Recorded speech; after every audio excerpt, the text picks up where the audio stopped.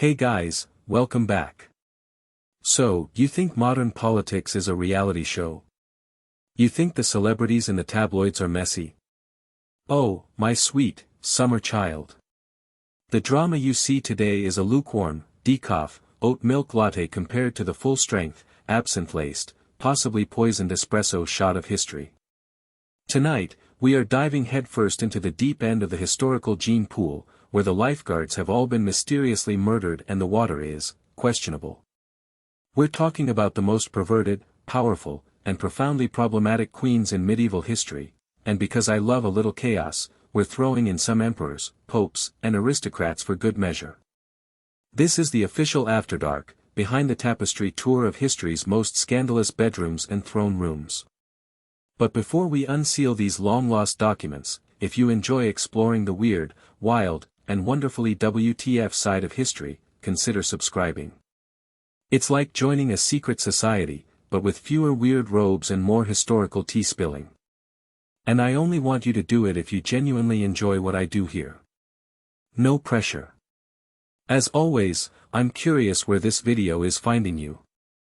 Drop your city or country and the time in the comments. I love picturing this weird little global community of ours, all gathered around the digital campfire. Alright, tonight's journey is a long one. A real epic. So I want you to get comfortable. I'm talking, dim the lights, grab your beverage of choice, be it a glass of wine, a cup of tea, or something you brewed in your bathtub, I don't judge. Put your feet up. Let the ambient sounds of your room become our soundtrack, and let's travel back to a time when a crown didn't just mean power, it meant you could get away with almost anything. Let's begin in the heart of the Middle Ages, a time of chivalry, plagues, and apparently, a level of royal drama that would make a soap opera writer blush. Our first leading lady is a woman whose name became a curse, a warning, and a legend. Let's talk about Isabella of France, the she-wolf of France.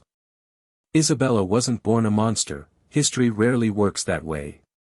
She was born a princess, the daughter of the powerful King Philip IV of France. In 1308, she was married off at the tender age of 12 to King Edward II of England. This wasn't a romance, it was a political merger. The medieval equivalent of two competing corporations deciding it's cheaper to join forces than to keep suing each other.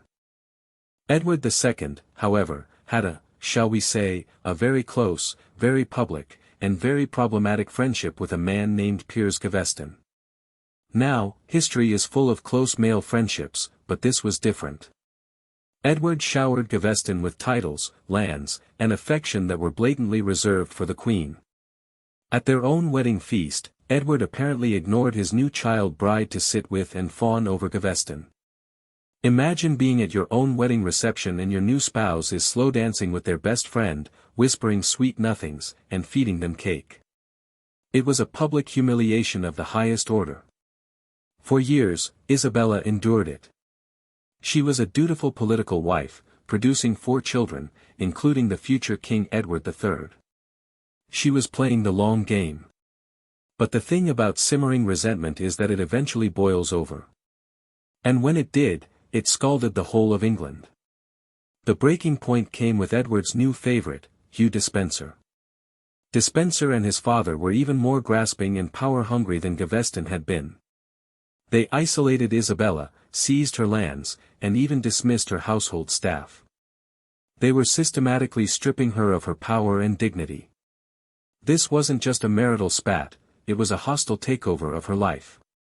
So, in 1325, Isabella was sent to France on a diplomatic mission. Big mistake. Huge. Giving your deeply unhappy, politically savvy, and royally connected wife a trip back to her home country where her brother is the king is like giving a disgruntled employee the keys to your main competitor's executive suite. While in France, she found an ally, an exiled English nobleman named Roger Mortimer. And their alliance quickly became, more than just political. They became lovers, united by their shared hatred for Edward and the Despensers. This is where the story goes from a sad royal marriage to a full-blown action thriller. Isabella, with Mortimer at her side, refused to return to England. She became the de facto leader of the opposition from abroad. She gathered an army, secured funding, and in 1326, she invaded her own husband's kingdom. And the people of England? They mostly welcomed her. They were tired of Edward's disastrous rule and his corrupt favorites. Isabella and Mortimer weren't seen as traitors, they were seen as liberators. Edward II's reign collapsed like a wet pastry. He was captured, forced to abdicate in favor of his son, and imprisoned. And here, the story takes its darkest, most infamous turn. In 1327, Edward II died in Berkeley Castle. The official story was that he died of natural causes. The unofficial, and far more persistent, story is that he was murdered in a manner designed to be the ultimate, horrific punishment for his alleged homosexuality. The legend says he was pinned down and had a red-hot poker inserted into his anus. A death that would leave no marks on the body, but would be an unmistakable message. Historians debate the truth of this to this day, but the fact that the rumor even existed and spread so widely tells you everything you need to know about the sheer hatred Isabella and Mortimer inspired in their enemies. It was a brutal end to a brutal conflict. With Edward out of the way, Isabella and Mortimer ruled England as regents for the young Edward III. But power, as it so often does, corrupted them. They became as greedy and tyrannical as the dispensers they had overthrown.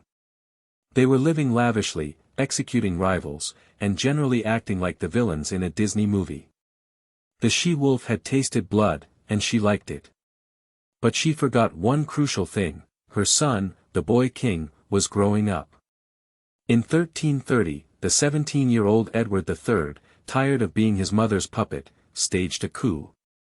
Mortimer was captured, tried for treason, and hanged. Isabella was forced into a comfortable but powerless retirement.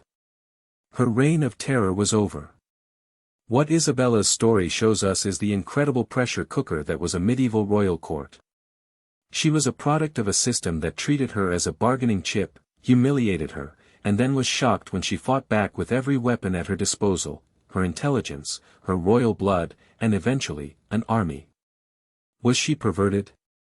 Maybe not in the purely sensual sense, but her ambition, her rage, and her vengeance were a perversion of the queenly ideal. She twisted the role of submissive wife and mother into that of a conqueror and a kingbreaker. And you have to admit, there's a certain dark, terrifying glamour to it. Now, if you thought a queen leading an invasion against her own husband was intense, let's travel south to the sun-drenched, blood-soaked kingdom of Naples, and meet a woman who makes Isabella look like a disgruntled PTA mom. Let me introduce you to Joanna I of Naples. Joanna's life began in the shadow of death. Her grandfather, the king, was so paranoid about succession that he forced Joanna's father to marry her mother, who died in childbirth. Then her father died. So Joanna was an orphan, a queen from the age of 16, and a pawn in the cutthroat world of Italian and Hungarian politics. Her court was a viper's nest. Think Game of Thrones, but with more pasta and better weather. Her grandfather had arranged her marriage to her cousin, Andrew of Hungary. It was a terrible match. Andrew was brutish, uncultured, and desperate to be named king in his own right, not just the queen's husband. Joanna was sophisticated, intelligent, and very, very Neapolitan. She had no intention of sharing her power. The tension in the palace was so thick you could cut it with a stiletto. And in 1345, someone did. One night, Andrew was lured from his bedroom by conspirators with a story that a messenger had urgent news. In the hallway, he was ambushed. A rope was thrown around his neck, and he was strangled and thrown from a balcony. Joanna was in the bedroom next door and claimed she'd been locked in and heard nothing. Aha! Sure, January. Nobody believed her. Andrew's brother, the King of Hungary, immediately accused Joanna of orchestrating the murder. He launched a full-scale invasion of Naples to avenge his brother, an event that would haunt Joanna for her entire reign. Now, was she guilty? The evidence is purely circumstantial. But let's be real. Your incredibly inconvenient and widely disliked husband gets professionally whacked in your own palace, and you sleep through the whole thing. It's suspicious. It's like your terrible roommate who never pays rent mysteriously wins the lottery and moves to a private island the day before you were going to evict them. You may not have proof, but you have your doubts.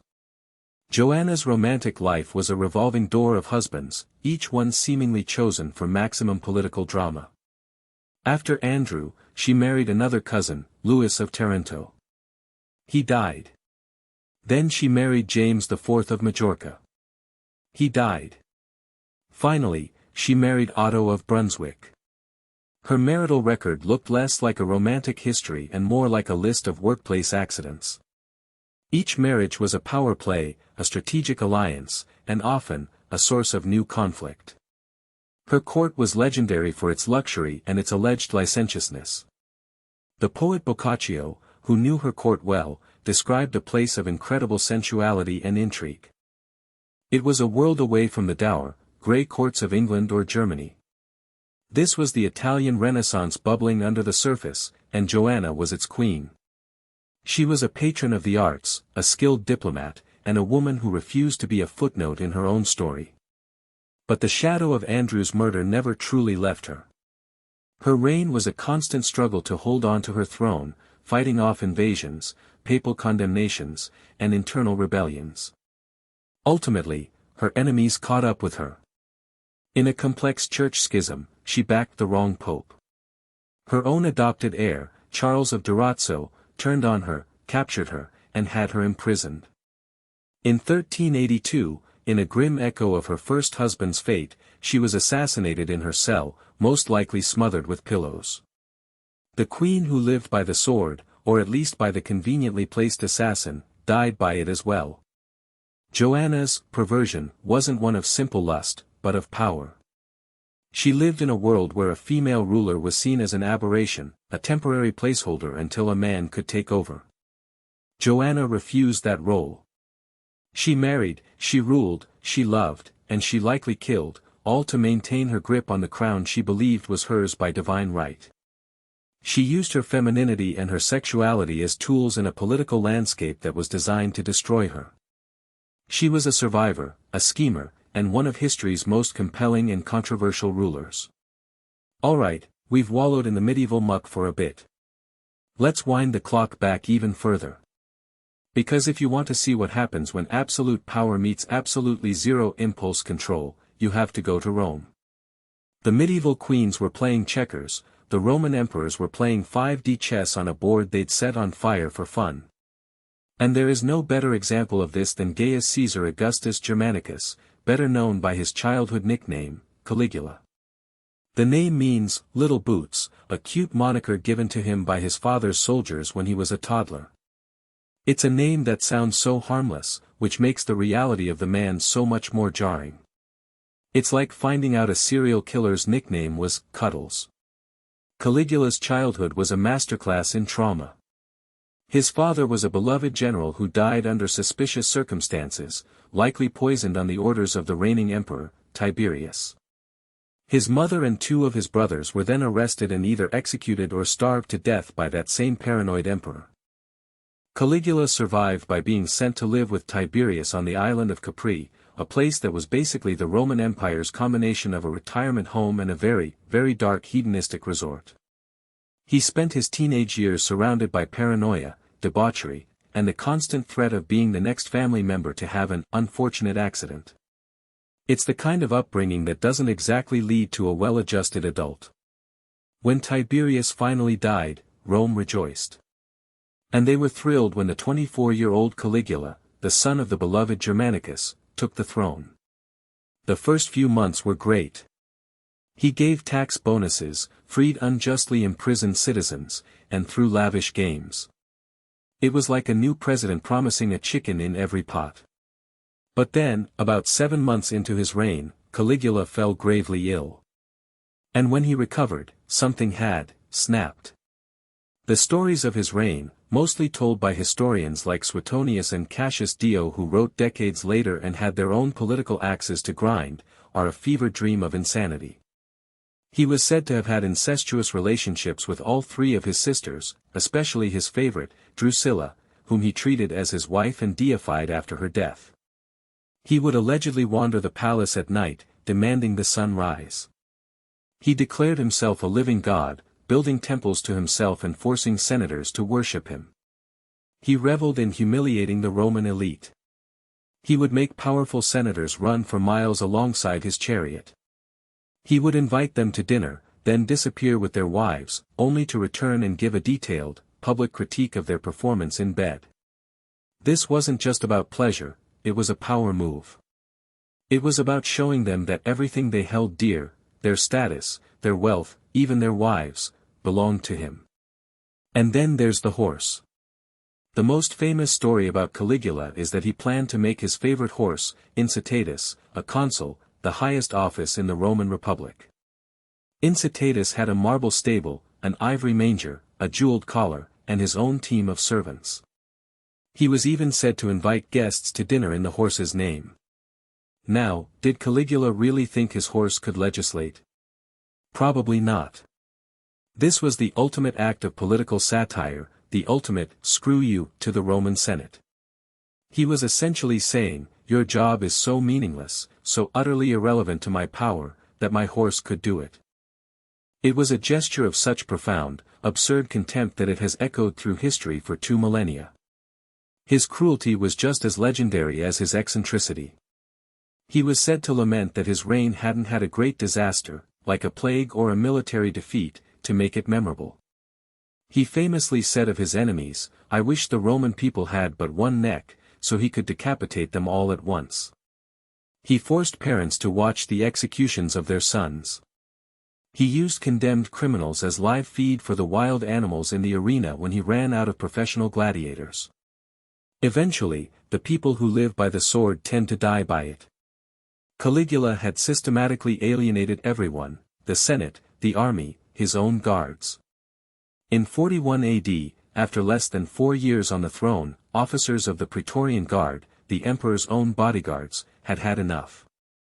They cornered him in a secluded palace corridor and stabbed him to death. Not content with just killing him, they also murdered his wife and smashed their infant daughter's head against a wall, extinguishing his line completely. Was Caligula truly insane? Or was he a brilliant, if terrifying, political performance artist, using madness as a tool to consolidate absolute power and terrorize his rivals? The truth is likely a messy combination of both. He was a deeply damaged young man given unlimited power, money, and a society that had no mechanism to check his worst impulses. He is the ultimate historical cautionary tale. Power doesn't just corrupt, it can unleash the howling madness that lies dormant within. If Caligula represents the madness of male power, his near contemporary, Empress Messalina, represents the scandal of female sexuality completely untethered from social norms. Messalina was the third wife of the Emperor Claudius. Claudius was an unlikely emperor. He was bookish, had a limp and a stutter, and was largely considered the bumbling, harmless fool of the imperial family. That's probably why he survived all the purges. No one saw him as a threat. But when Caligula was assassinated, the Praetorian Guard, in a moment of panic, found Claudius hiding behind a curtain and declared him emperor. And by his side was his young, beautiful, and fantastically ambitious wife, Messalina. She was in her late teens when he, a man in his 50s, took the throne. While Claudius was busy with administrative reforms and invading Britain, Messalina was allegedly busy turning the imperial palace into her personal brothel. The stories about her are so wild they sound like fiction. The Roman historian Pliny the Elder tells the most famous tale. Messalina, apparently, was not content with just having affairs. She wanted to prove she was the greatest courtesan of all time. So she challenged Rome's most famous and successful prostitute, a woman named Scylla, to a contest. They would see who could sleep with the most men in a single 24-hour period.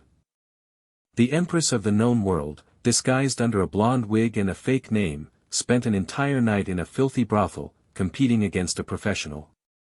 According to the story, Scylla gave up long before dawn, but Messalina kept going, servicing 25 men before the sun came up. The poet Juvenal later wrote that she was always the last to close her cell, leaving the brothel exhausted by men, but far from satisfied. Her appetites were not just for sex, but for power and wealth. She used her position as empress to eliminate her rivals and enrich herself. If she wanted a handsome nobleman, and he refused her, she might accuse him of treason.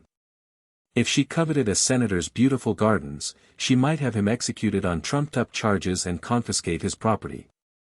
She and her network of corrupt freedmen basically ran a protection racket from the palace.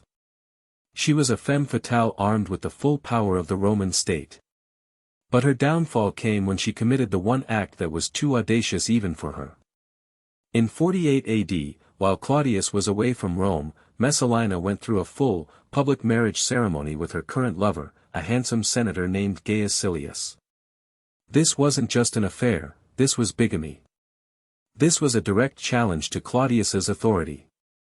She was essentially trying to stage a coup through marriage, hoping to replace the aging Claudius with her young, virile lover. When news of the wedding, complete with a signed marriage contract and witnesses, reached Claudius, even he, the supposedly oblivious old fool, couldn't ignore it. His advisors, fearing for their own lives if Messalina succeeded, convinced him that he had to act. Orders were given for the execution of Silius and all of Messalina's other lovers and co-conspirators. Messalina herself fled to the gardens of Lucullus, the very gardens she had acquired through murder. When the soldiers came for her, her nerve finally broke. She was unable to take her own life, so a Praetorian officer ran her through with a sword on her mother's encouragement. Claudius was reportedly having dinner when he was told his wife was dead. He showed no emotion, and simply asked for another cup of wine. He then ordered that her name be removed from all public and private records, an official damnatio memoriae, a condemnation of memory. He tried to erase her from history. But he failed. The stories of Messalina, the insatiable empress, were too scandalous, too juicy, to ever be forgotten. Was she really as depraved as the historians claimed? It's possible the stories were exaggerated by her political enemies, who used her sexuality as a weapon to discredit her. A powerful woman in Rome was a terrifying thing, and attacking her morals was the easiest way to attack her power. But even if the stories were only half true, they paint a picture of a woman who grabbed for power and pleasure with a ferocity that was breathtaking. She was a shooting star of scandal that blazed across the Roman sky and then burned out in the most spectacular fashion. From the debauchery of pagan Rome, let's leap forward a millennium and a half to a place you'd think would be the polar opposite, the heart of the Catholic Church. But as we're about to see, a fancy hat and a holy title don't necessarily make you a saint. In fact, in Renaissance Italy, it often just meant you had more money and more power to be spectacularly sinful. Welcome to the world of the Borgias. The Borgia family is history's poster child for ecclesiastical corruption. They were a Spanish family who clawed their way to the very top of Italian society, culminating in the election of Rodrigo Borgia as Pope Alexander VI in 1492.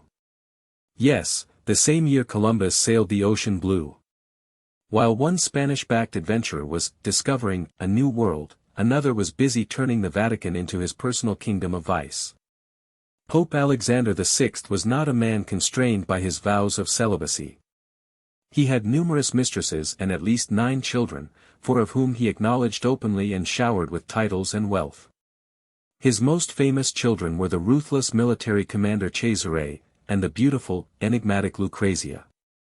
Together, the Borgia family operated less like a holy pontificate and more like the first organized crime family. Think The Godfather, but with more incense and better art. The stories of the Vatican under Alexander VI are legendary. Banquets that devolved into orgies. The infamous Banquet of the Chestnuts, in 1501, supposedly hosted by Cesare, was an entertainment where 50 naked courtesans crawled on the floor picking up chestnuts with their mouths, while the Pope, Cesare, and Lucrezia watched and awarded prizes to the men who could perform the most times with the courtesans. It's the kind of event that makes you think the Protestant Reformation really had a point. And then there were the rumors. Oh, the rumors. The Borgias were accused of everything: simony, the buying and selling of church offices, extortion, and murder. Their weapon of choice was said to be a mysterious, tasteless poison called cantarella, a secret family recipe supposedly based on arsenic. Cardinals who became too wealthy or too powerful would be invited to dinner with the Pope, and would mysteriously fall ill and die shortly thereafter, their fortunes conveniently reverting to the papal treasury. It was the ultimate, deadly form of fundraising. And the darkest rumors of all swirled around the family's internal dynamics. They were accused of incest. Alexander with his own daughter, Lucrezia. And Cesare with his sister, Lucrezia, as well. The story goes that Cesare was so jealous of Lucrezia's second husband that he had the man attacked on the steps of St. Peter's Basilica, and when he survived, Cesare burst into his sick room and had him strangled in his bed, supposedly declaring, "What is not done at noon can be done at dinner." Lucrezia Borgia herself has gone down in history as a sort of black widow, a beautiful poisoner who left a trail of dead husbands in her wake. The reality is more complex. She was likely more of a pawn than a player, a beautiful chess piece her father and brother moved around the political board of Italy, marrying her off to powerful men to forge alliances, and then conveniently removing those husbands when the alliances were no longer useful. Her first marriage was annulled on the humiliating, and probably false, grounds that her husband was impotent. Her second husband was the one murdered by Cesare. It was only with her third marriage, to the Duke of Ferrara, that she finally escaped her family's toxic orbit and established herself as a respected duchess and patron of the arts. The perversion of the Borgias wasn't just sexual, though there was plenty of that. It was a complete and utter perversion of their sacred office. They took the institution of the papacy, the supposed moral center of the Christian world, and twisted it into a tool for personal enrichment, dynastic ambition, and the settling of bloody scores. They saw the chair of St. Peter not as a holy duty, but as the ultimate throne, the ultimate prize in a game of power where the only rule was that the Borgias must win. Their story is a chilling reminder that the capacity for corruption is universal, and that even the most sacred institutions can be hollowed out from the inside by human greed and ambition. From Italy, let's head east, to the vast, cold, and imposing landscape of Russia. The Russian court was a world unto itself, a place of immense power, Byzantine intrigue, and rulers who were larger than life. And few were larger, in reputation and in appetite, than Catherine the Great. Now, before we go any further, we have to address the elephant, or rather, the horse, in the room. The most famous, perverted, story about Catherine the Great is that she died while attempting to have sex with a horse. Let's be clear, this is a complete and total fabrication. It's a piece of political slander, likely invented by her enemies to posthumously smear her reputation. The historical reality is that she died of a stroke, in her bed, at the age of 67. But the fact that this rumor was created, and that people were willing to believe it, tells us a lot about how the world viewed a powerful woman who was unapologetically in control of her own sexuality. Catherine wasn't even Russian. She was a minor German princess named Sophie who was shipped off to Russia at 15 to marry the heir to the throne, the Grand Duke Peter. It was a disaster of a marriage. Peter was immature, boorish, and possibly impotent. He was obsessed with playing with toy soldiers and was cruel to Catherine. Their marriage was unconsummated for years. Catherine, isolated and miserable in a foreign court, turned to two things for solace: books and lovers. She devoured the works of the Enlightenment thinkers like Voltaire and Diderot, becoming one of the most well-read and intelligent monarchs in Europe. And she took a series of lovers, most notably a handsome young officer named Sergei Saltykov. It's widely believed that he, not Peter, was the biological father of her son and heir, Paul. In the suffocating prison of her marriage, her affairs were an act of survival and defiance. In 1762, her husband finally became Tsar Peter III. His reign lasted a grand total of 6 months. He was deeply unpopular, especially with the powerful imperial guards, whom he alienated with his pro-Prussian policies.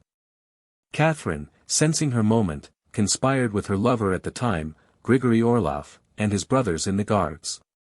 She staged a coup. Peter was arrested and forced to abdicate. A few days later, he was conveniently murdered by Orlov's brothers, officially in a fit of hemorrhoidal colic, which is perhaps the least convincing cause of death in all of history. At the age of 33, the German Princess Sophie became Catherine II, Empress and autocrat of all the Russias. And what a ruler she was! She expanded the Russian Empire, reformed the administration, and corresponded with the greatest minds of her age. She was a true enlightened despot. But she also had an enlightened approach to her personal life. Catherine never remarried. To do so would have meant sharing her power, something she had no intention of doing ever again. Instead, she had a succession of official male favorites. These weren't just boy toys. The position of Catherine's lover was one of the most powerful in the entire empire. Her favorites were given titles, estates, palaces, and enormous political influence. It was a complete reversal of the traditional royal dynamic. Usually, a king would have a mistress who might wield some back-channel influence. Catherine's lovers were public figures, almost like a prince consort, but with the knowledge that their term in office was temporary. Her most famous and influential lover was Grigory Potemkin. He was a brilliant, flamboyant, one-eyed statesman and military leader. Their relationship was a passionate, tempestuous storm of love, intellectual sparring, and shared ambition. They were true partners in power. Even after their physical relationship ended, they remained close friends and political allies for the rest of their lives. Potemkin even took on the role of vetting and approving Catherine's subsequent, younger lovers, ensuring they were worthy of the empress. Imagine your ex helping you screen your dates on a dating app. It was a uniquely pragmatic arrangement. Catherine's perversion, then, wasn't about bizarre acts, it was about her radical inversion of gender roles. She ruled like a man, she thought like a man, and she loved like a man, taking younger partners for pleasure and companionship, and then discarding them when she grew bored, all without sacrificing an ounce of her own power or autonomy. The men in her life were accessories to her power, not the source of it. And in the 18th century, that was a truly revolutionary and, to her enemies, a deeply perverse idea. The horse story was a crude attempt to reduce this brilliant, complex, and powerful woman to a vulgar joke, a way of punishing her for daring to live and rule on her own terms. The truth is far more interesting, she was a master of the game, who beat the men at their own system. Let's journey west now, to the glittering, perfumed, and morally bankrupt courts of pre-revolutionary France. If the Borgias represented the perversion of holy institutions, and Catherine the Great the perversion of gender roles, the French aristocracy of the 18th century represents something else, the philosophical pursuit of perversion as a form of liberation. And no one embodies this more than the man who literally gave his name to a fetish, Donatien Alphonse François, the Marquis de Sade. The Marquis de Sade was not a king or a conqueror. He was an aristocrat, a writer, and a philosopher of the darkest kind. He spent more than 30 years of his life imprisoned, in fortresses and finally in an insane asylum, not just for his actions, but for his ideas. His name has become synonymous with sadism, the derivation of pleasure from inflicting pain, suffering, or humiliation on others. But for Sade, it was much, much more than a simple kink. It was a worldview. Sade was an extreme product of the Enlightenment. The Enlightenment championed reason over faith, and individual liberty over tradition. Sade took this to its absolute, horrifying conclusion. If there is no God, he argued, then there is no divinely ordained morality. Nature is the only true God, and nature is a chaotic, violent, and destructive force. Therefore, to be true to nature is to embrace cruelty, violence, and the pursuit of pleasure at any cost, regardless of its effect on others.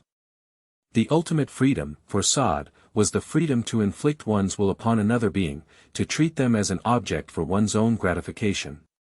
He believed that compassion and empathy were weaknesses, unnatural constructs designed to hold back the strong. His life was a series of scandals that put these theories into practice. He was repeatedly accused of blasphemy, of poisoning prostitutes with aphrodisiacs, and of engaging in orgies involving elaborate rituals of whipping and torture. He was constantly fleeing the authorities, being arrested, escaping, and being rearrested. His family, deeply embarrassed, eventually secured a lettre de cachet from the king, an order that allowed them to imprison him indefinitely without trial, just to keep him out of the public eye. It was in prison that he wrote his most infamous works, like the 120 Days of Sodom and Justine, or the Misfortunes of Virtue. These are not easy books to read.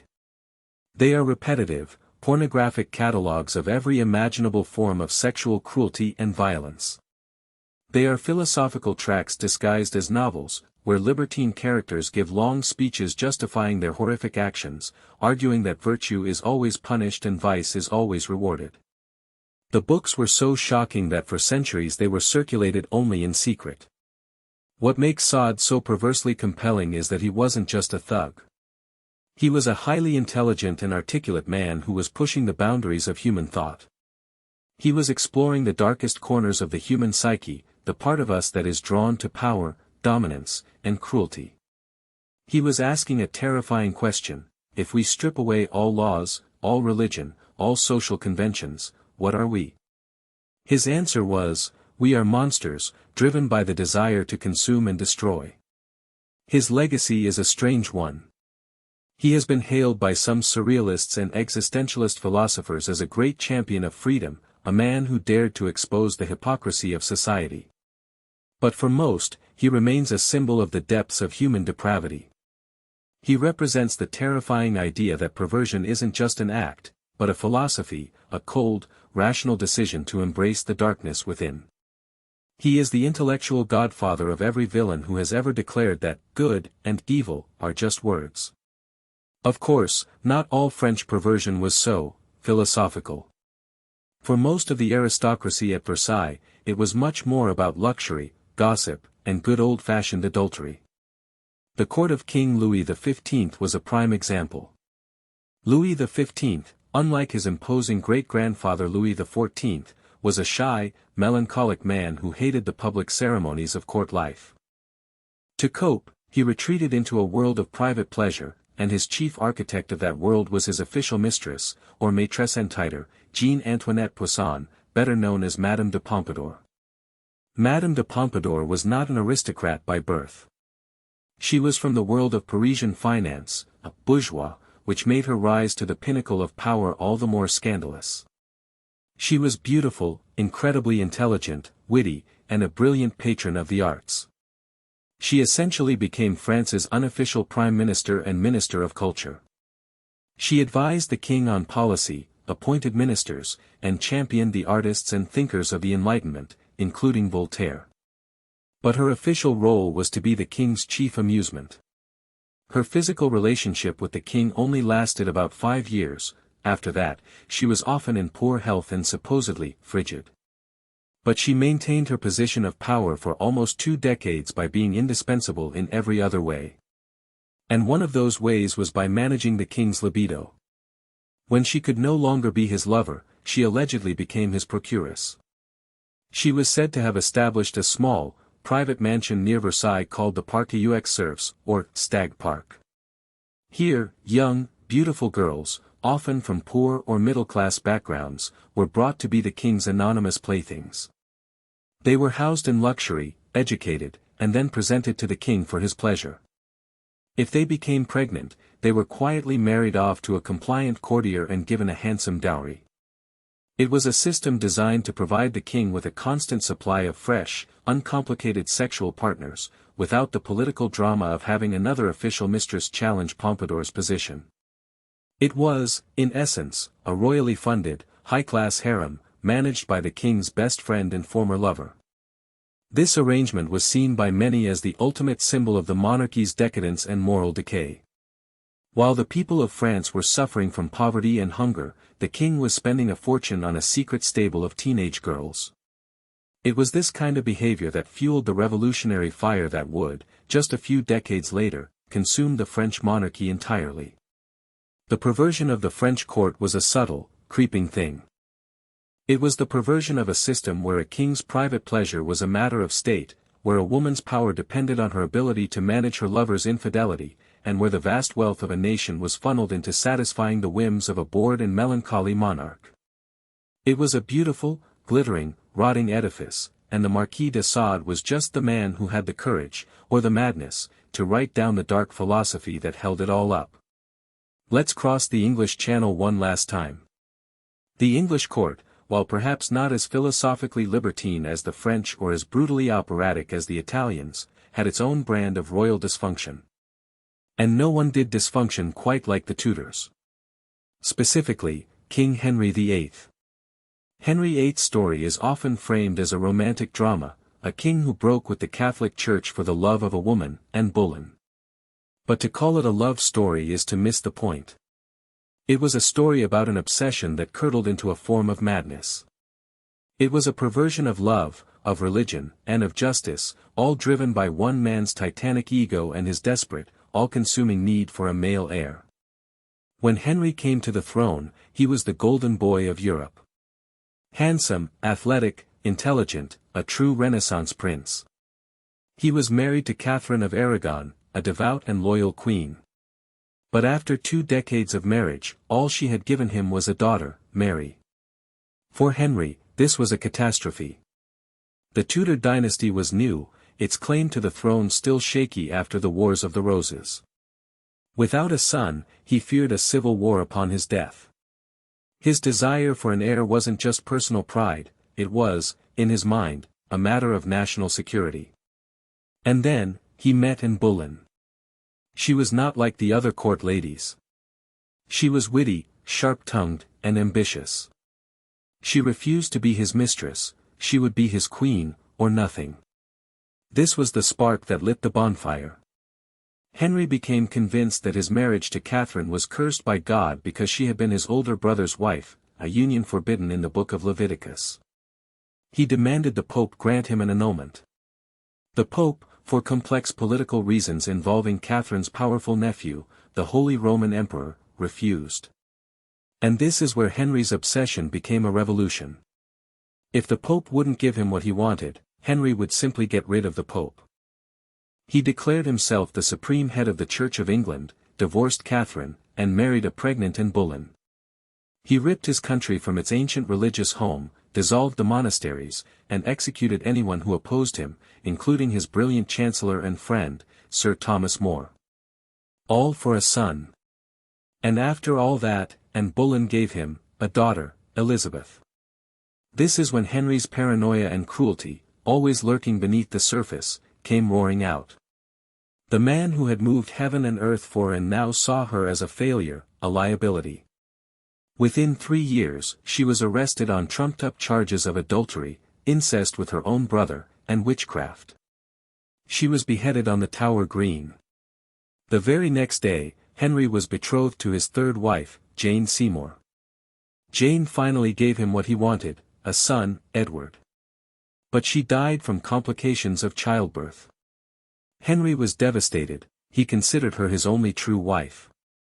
His fourth marriage, to Anne of Cleves, was a political match and an immediate disaster. He found her so physically repulsive he had the marriage annulled after 6 months, famously complaining about her loose flesh. Wife number 5 was a young, vivacious teenager named Catherine Howard. She was a disaster of a different kind. Young, foolish, and with a promiscuous past, she was soon accused of having an affair with a courtier. She, too, was beheaded. Finally, there was his 6th wife, Catherine Parr, a mature widow who was more of a nursemaid to the aging, obese, and increasingly unwell king. She managed to outlive him. Divorced, beheaded, died, divorced, beheaded, survived. It's a nursery rhyme, but it's a litany of horrors. Henry's reign was a perversion of kingship. He twisted theology to justify his desires. He turned the law into an instrument of his personal vengeance.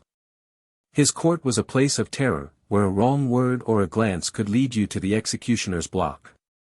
He started as a hero and ended as a monster, a bloated, paranoid tyrant, haunted by the ghosts of the wives he had discarded and destroyed in his relentless, pathological pursuit of dynastic security.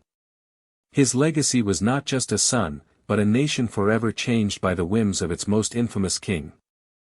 So, after this 2-hour descent into the royal rabbit hole, from the battlefields of medieval England to the brothels of ancient Rome, from the poison cellars of the Vatican to the gilded cages of Versailles, what's the big takeaway? Are these people just historical monsters, aberrations from a distant, more brutal time? I don't think so. What we've seen tonight is not really about perversion, in the simple, lurid sense. It's about what happens when you take the fundamental, universal human desires, for love, for security, for power, for pleasure, for a legacy, and you strip away all consequences. Absolute power isn't just a corrupting force, it's an amplifying one. It takes the quiet anxieties and appetites that live inside all of us and turns the volume up to a deafening, world-shattering roar. Isabella of France wasn't born a she-wolf, she was a humiliated wife who wanted respect and security, and was given the power to take it with an army. Caligula wasn't just a madman, he was a traumatized young boy who, once given absolute control, sought to control and humiliate the world that had hurt him. Catherine the Great wasn't just a nymphomaniac, she was a brilliant woman in a man's world who decided to play the game by her own rules, using her sexuality as a tool of statecraft rather than a weakness. And Henry VIII wasn't just a wife killer, he was a man consumed by a very human fear, the fear of being forgotten, of his life's work crumbling to dust, and he had the power to tear his entire country apart to try and prevent it. Alright, we've had our fill of European chaos for a moment. But if you think the political maneuvering, sexual intrigue, and sheer, bloody-minded ambition was a product of the West, I invite you to turn your gaze eastward. Far east. To the dragon throne of China, and to the only woman who ever sat on it in her own name. Let's talk about Empress Wu Zetian. The story of Wu Zetian makes Isabella of France look like an amateur and Catherine the Great look like a cautious moderate. She didn't just rule an empire, she clawed it out of the hands of one of the most powerful dynasties in Chinese history, created her own, and held it through a combination of genius, terror, and an iron will that makes steel look flimsy. Her story begins, as so many of these do, with her as a young, seemingly insignificant girl. At the age of 14, she entered the palace of Emperor Taizong of the Tang dynasty as a junior concubine. She was beautiful and intelligent, but the emperor didn't particularly favor her. She was, essentially, a pretty piece of palace furniture. But Wu was a master of observation. She learned the complex rules of the court, the flows of power, and, most importantly, she caught the eye of the emperor's son, the crown prince Li Ji. This was a hugely dangerous game. Having an affair with your boss's son is risky in any context, when your boss is the all-powerful son of heaven, it's suicidal. When the old emperor died, protocol dictated that all his childless concubines have their heads shaved and be sent to a Buddhist monastery for the rest of their lives. A quiet, spiritual retirement. Wu Zetian was not having it. She kept in contact with the new emperor, Li Ji, who was madly in love with her. He soon brought her back to the palace, a move that scandalized the court. And this is where Wu's climb went from ambitious to utterly ruthless. The emperor's current wife, Empress Wang, and his favorite consort were jealous of Wu. They underestimated her. Wu knew she needed to secure her position, and that meant getting rid of the empress. According to her enemies, and we must always remember that history is written by the victors and the slanderers, she did it in the most monstrous way imaginable. In 654, Wu gave birth to a baby girl. One day, Empress Wang visited the nursery. Shortly after she left, the baby was found dead, suffocated in her crib. Wu accused the empress of murdering her child out of jealousy. The grief-stricken and enraged emperor believed her. Empress Wang was deposed and imprisoned, and Wu was made the new empress. Did she really kill her own child to frame her rival? Historians have debated it for centuries. It's the ultimate accusation, a crime so unnatural it's almost unthinkable. But whether it was true, or just a brilliant piece of slander invented by her enemies, it worked. It tells you everything about the kind of political environment she was operating in, a world where that accusation was at least plausible. From that point on, her power grew exponentially. Her husband, Emperor Gaozong, was often in poor health. Wu became the real power behind the throne, attending to matters of state, proving to be a more capable and decisive ruler than he was. When he died, she ruled as regent for her sons, but they were mere puppets. She deposed one, then the other, and in the year 690, she did the unthinkable. She broke with thousands of years of tradition, declared her own dynasty, the Zhou, and proclaimed herself Empress Regnant, the holy and divine emperor. A woman, on the dragon throne, ruling in her own right. To hold on to this unprecedented power, she ruled with an iron fist. She established a network of secret police who rooted out her enemies, real and imagined. Torture, execution, and forced suicide were common tools of her statecraft. The aristocracy lived in a state of constant fear. It was a reign of terror, but it was also, paradoxically, a period of stability and prosperity for many. She was a brilliant administrator. She promoted officials based on merit rather than birth, expanded the empire, and fostered Buddhism as the state religion. She was a tyrant, but she was a competent tyrant. And of course, her enemies attacked her in the way they always attacked powerful women, they went after her sex life. As an aging empress, she was said to have kept a stable of young, handsome lovers, most famously the Zhang brothers, who were lavished with titles and influence.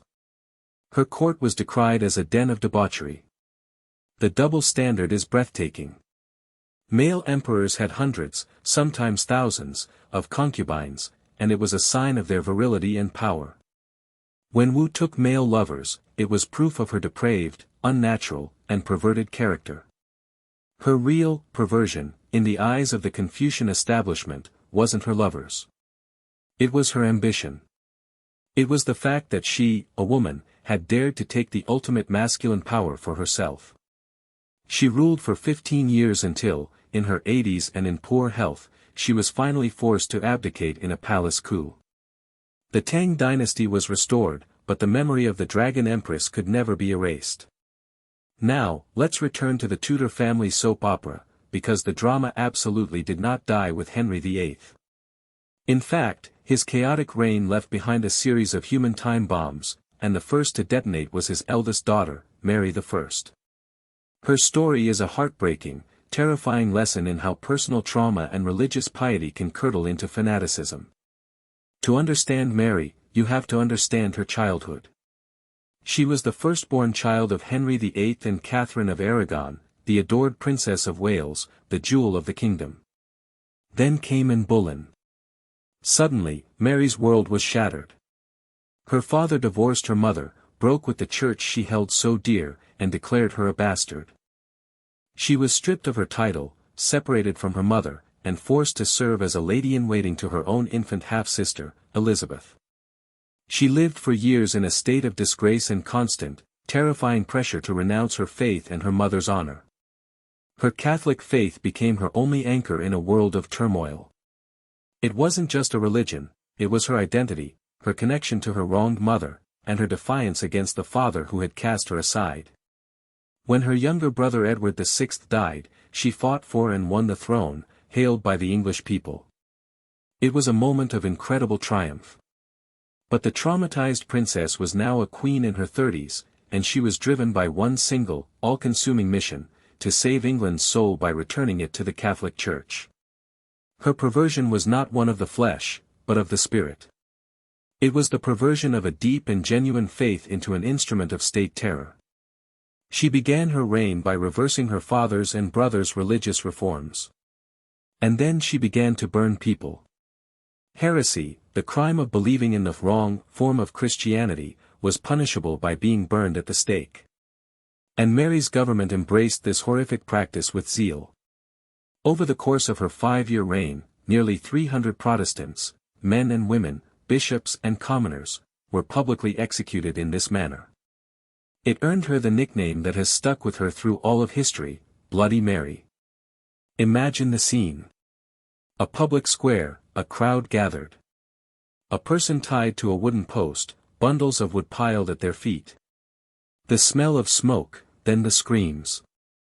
It was a form of execution designed for maximum horror, a supposed taste of the hellfire that awaited the heretic.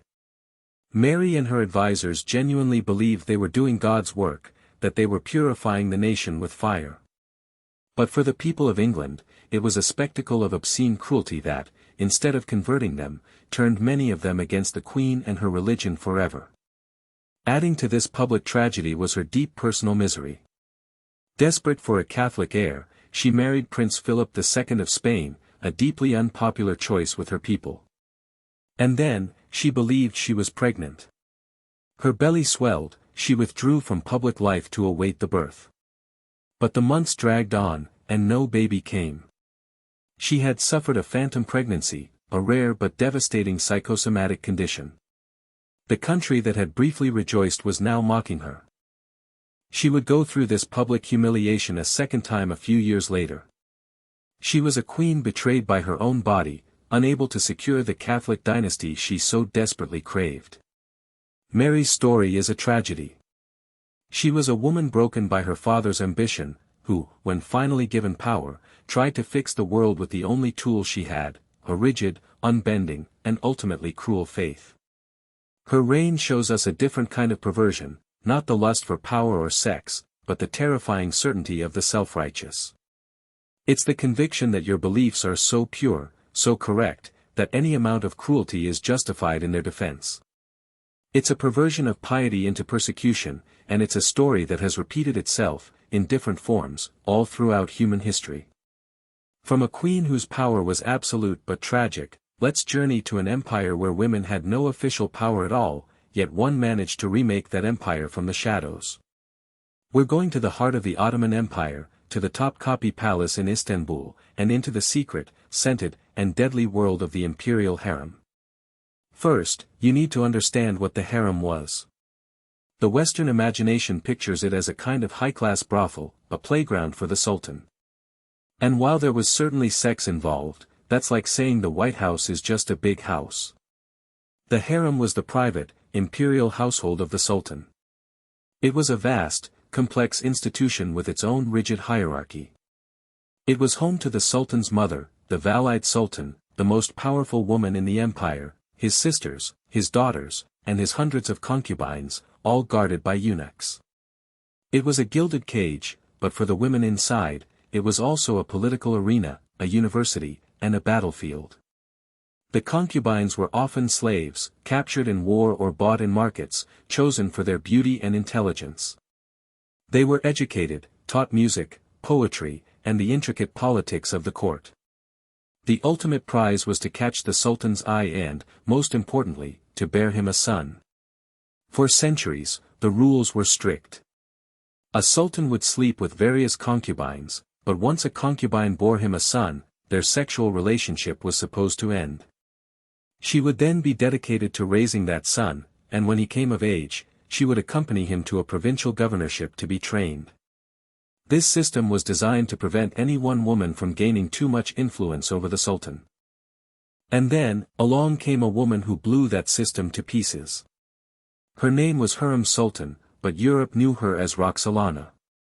She was likely captured in a raid in modern-day Ukraine in the 1520s and brought to the harem of the most powerful sultan in Ottoman history, Suleiman the Magnificent. Suleiman was at the absolute peak of his power, ruling an empire that stretched from Hungary to Persia. And this slave girl, with her red hair and legendary wit, didn't just catch his eye, she captured his entire heart. Roxolana shattered every tradition. Suleiman, who wrote love poetry to her under a pen name, focused his attention exclusively on her. This was unheard of. Then he did something truly revolutionary, he formally freed her from slavery and made her his legal wife. An Ottoman sultan had not legally married in over a century, let alone married a foreign-born former slave. This was a scandal of epic proportions. She moved from the old palace, where the harem was traditionally housed, into the grand Topkapi Palace itself, to be close to him. She became his closest advisor on matters of state, her letters to him when he was on military campaigns showing a keen political mind. Her perversion was a perversion of tradition. She twisted the rigid rules of the harem, a system designed to contain and control female influence, into her personal power base. But to secure her power, and more importantly, the future of her own sons, she had to play the Game of Thrones, Ottoman style. And that meant eliminating rivals. Her chief rival was not another woman, but Suleiman's eldest son by another concubine, the handsome and popular crown prince Mustafa. Mustafa was the heir apparent, beloved by the army and the people. He was also supported by Suleiman's lifelong best friend and Grand Vizier, Pargali Ibrahim Pasha. To secure the throne for one of her own sons, Roxolana needed to get rid of both of them. First went Ibrahim. Roxolana slowly and masterfully poisoned Suleiman's mind against his friend, convincing him that Ibrahim was growing too powerful and arrogant. In 1536, Ibrahim Pasha was invited to dinner with the Sultan at the palace and was strangled to death in his sleep by palace executioners. His vast wealth was confiscated. Next, and more tragically, was Mustafa. Over years, Roxolana and her allies convinced Suleiman that his beloved firstborn son was plotting to overthrow him with the help of the army. In 1553, during a military campaign, Suleiman summoned Mustafa to his tent. As Mustafa entered, he was ambushed and strangled to death by mutes, on his own father's orders. The story goes that Suleiman watched from behind a screen as his son was murdered. It was a brutal, cold-blooded act of political maneuvering. With Mustafa gone, the path was clear for one of Roxolana's sons to inherit the throne. She had won. A slave girl from a forgotten village had become the most powerful woman in the Islamic world, remaking the traditions of an empire and steering its succession through whispers, charm, and deadly intrigue. She began a period known as the Sultanate of Women, where for the next 130 years, the women of the harem, mothers, wives, and concubines, would wield immense and often decisive political power. She didn't break out of the gilded cage, she took control of it and made it her throne. But it wasn't just monarchs who got to be perverted. Sometimes, the richest and most powerful men in the country, the ones propping up the thrones, just wanted to get together and be weird. Let's head back to 18th century England, a land of burgeoning empire, scientific reason, and a deep, deep streak of aristocratic debauchery. Let's talk about the Hellfire Clubs. The Hellfire Club wasn't one single organization, but a name given to several exclusive clubs for high society gentlemen who wanted to indulge in activities that were definitely not acceptable in public. These men were the absolute elite, politicians, aristocrats, artists. They had immense wealth, immense privilege, and apparently, they were immensely bored. The clubs were a reaction against the stuffy, public morality of the age. They were a place to be shocking, to be blasphemous, and to party in a way that would make Caligula nod in appreciation. The most famous of these was founded in the 1750s by Sir Francis Dashwood, a wealthy baronet and member of Parliament. He called his group the Order of the Friars of St. Francis of Wickham, and they would meet at his country estate and later at the ruins of Medmenham Abbey, which he had elaborately renovated for this purpose. Over the main doorway, he had inscribed the motto of the French satirist Rabelais, Fais ce que voudras, which means, do what thou wilt. This would later, famously, be adopted by the occultist Aleister Crowley, and it perfectly captured the club's ethos. This wasn't just a drinking club. It was a form of theatrical, blasphemous performance art. The members, who included powerful figures like the Earl of Sandwich, yes, the man the sandwich is named after, and the radical politician John Wilkes, called themselves monks. They would dress in habits, and their female guests, usually high-class prostitutes, were called nuns. The abbey was decorated with pornographic art and satirical religious imagery. They drank wine from chalices and engaged in mock Catholic rituals, all designed to be as offensive as possible to conventional religion and morality. Were they actual Satanists? Almost certainly not.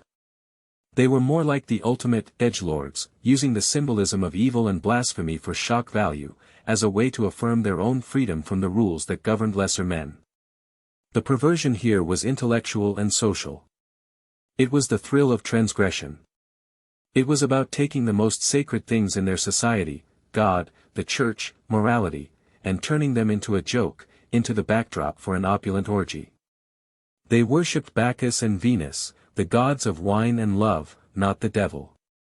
The rumors, of course, were wild. Tales of black masses, of summoning demons, of rituals involving a baboon dressed as the devil. Most of this is likely exaggeration, spread by their political enemies. But the core of it was real. The wealthiest men who ran the British Empire by day spent their nights engaged in a highly organized, very expensive, and deeply blasphemous form of hedonism. What makes the Hellfire Club so fascinating is the hypocrisy of it all. These were the men passing laws, commanding armies, and representing the honor of their nation. Their public lives were all about order, tradition, and power. Their private lives were a calculated, theatrical plunge into chaos and sin. It reveals a deep rot at the heart of the establishment, a profound cynicism among a ruling class that felt it was above the very moral laws it imposed on everyone else. It was the perversion of privilege, the belief that if you're powerful enough, the rules simply don't apply, and even God himself can be turned into a character in your private floor show. So let's take stock. We've seen perversions of power, faith, tradition, love, and philosophy. But what about the perversion of the body itself?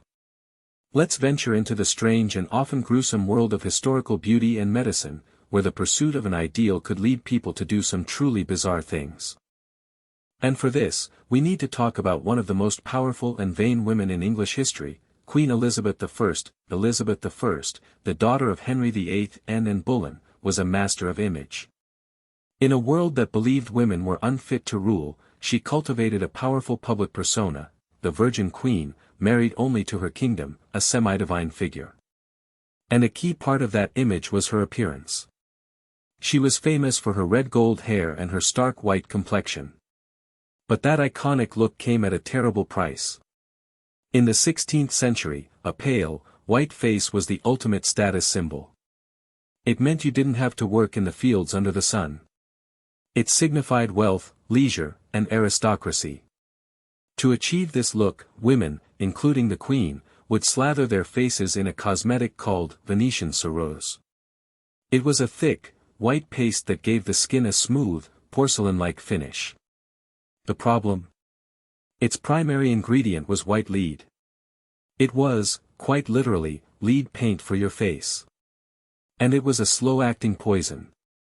The lead was absorbed through the skin, leading over time to hair loss, skin damage, and eventually, systemic poisoning that could cause problems with the internal organs and the nervous system. The very cosmetic used to create the illusion of youthful beauty was actively destroying the skin underneath, creating blemishes and scars that then required even thicker layers of cerose to cover them up. It was a vicious, toxic cycle. Elizabeth was known to wear her makeup incredibly thick, creating an almost mask-like appearance in her later years. It's believed that a bout of smallpox in her late 20s, which left her with scars, is what started her heavy reliance on the stuff. So the iconic image of the aging Virgin Queen, with her unnaturally white face, was the result of covering up scars with a poison that was likely making her progressively sicker. But that's not all. To get that high forehead look that was fashionable at the time, women would pluck their hairlines back. To make their lips and cheeks rosy, they might use cochineal, made from crushed beetles, or, more dangerously, mercuric sulfide. To make their eyes sparkle, some would use drops of belladonna, a plant extract from the deadly nightshade. It worked by dilating the pupils, but it also caused blurred vision, and with prolonged use, could lead to blindness. The perversion here is one of vanity. It's the twisting of the human body to fit an unnatural and arbitrary ideal, using poisons and dangerous substances to create an illusion of health and status that was, in reality, a mask for decay. It's a theme that is shockingly modern. We may have swapped out lead and mercury for Botox and extreme plastic surgery, but the fundamental impulse, to suffer, to poison ourselves, to contort our very flesh in the pursuit of an aesthetic ideal, is a deeply ingrained part of the human story. Elizabeth's lead mask is a powerful symbol of the pain and poison that can lie just beneath a beautiful, powerful surface. And while we're on the subject of perverting the body for a perceived higher purpose, let's talk about a group of men who took it to a whole other level. Let's talk about the castrati. In the 17th and 18th centuries, primarily in Italy, women were forbidden from singing in church choirs and on the public stage in the Papal States. But the Baroque music of the era, particularly opera, demanded high, powerful, soaring soprano voices. The solution was as ingenious as it was barbaric: find young boys, between the ages of 8 and 12, who had beautiful singing voices, and castrate them. The surgical procedure, done before puberty, prevented the boy's larynx from growing and his voice from breaking. As his body grew to that of an adult, his lungs would develop adult power, but his voice would retain the high, pure, ethereal quality of a child's, combined with the lung capacity and vocal force of a man. The result was a voice unlike any other on earth, one that was both uniquely beautiful and profoundly unnatural. The castrati became the biggest superstars of their day. They were the rock stars of the 18th century opera world. The most famous of them, like Farinelli or Senesino, commanded enormous fees, adoring crowds, and wielded immense cultural influence. Women would swoon in the audience. They were lavished with gifts by kings and queens.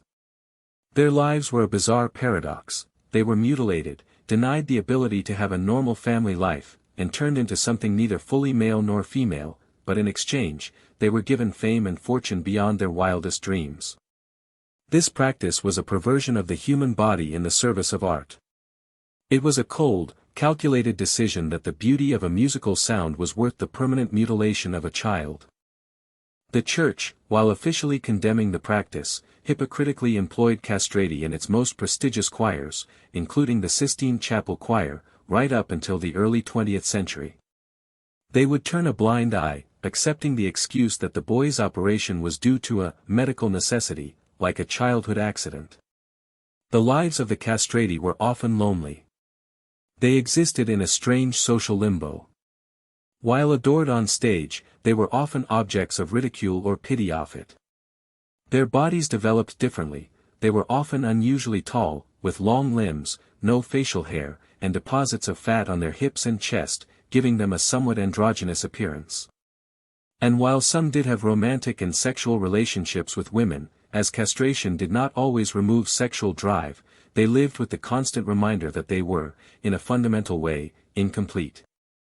The story of the castrati is a haunting example of how a society can normalize an act of profound cruelty by convincing itself it's for a greater good, in this case, the greater good of a beautiful high C. It's a chilling reminder that our most celebrated cultural achievements can sometimes grow from the darkest, most perverse soil. So, as we draw this epic journey to a close, from the bloody thrones of history to the poison makeup pots and the gilded opera stages, what does this grand tour of human misbehavior really tell us?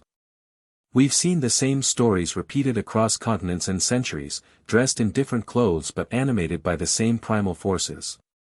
What we label as perversion is often just human nature with the volume turned all the way up, amplified by the megaphone of absolute power, immense wealth, or fanatical belief.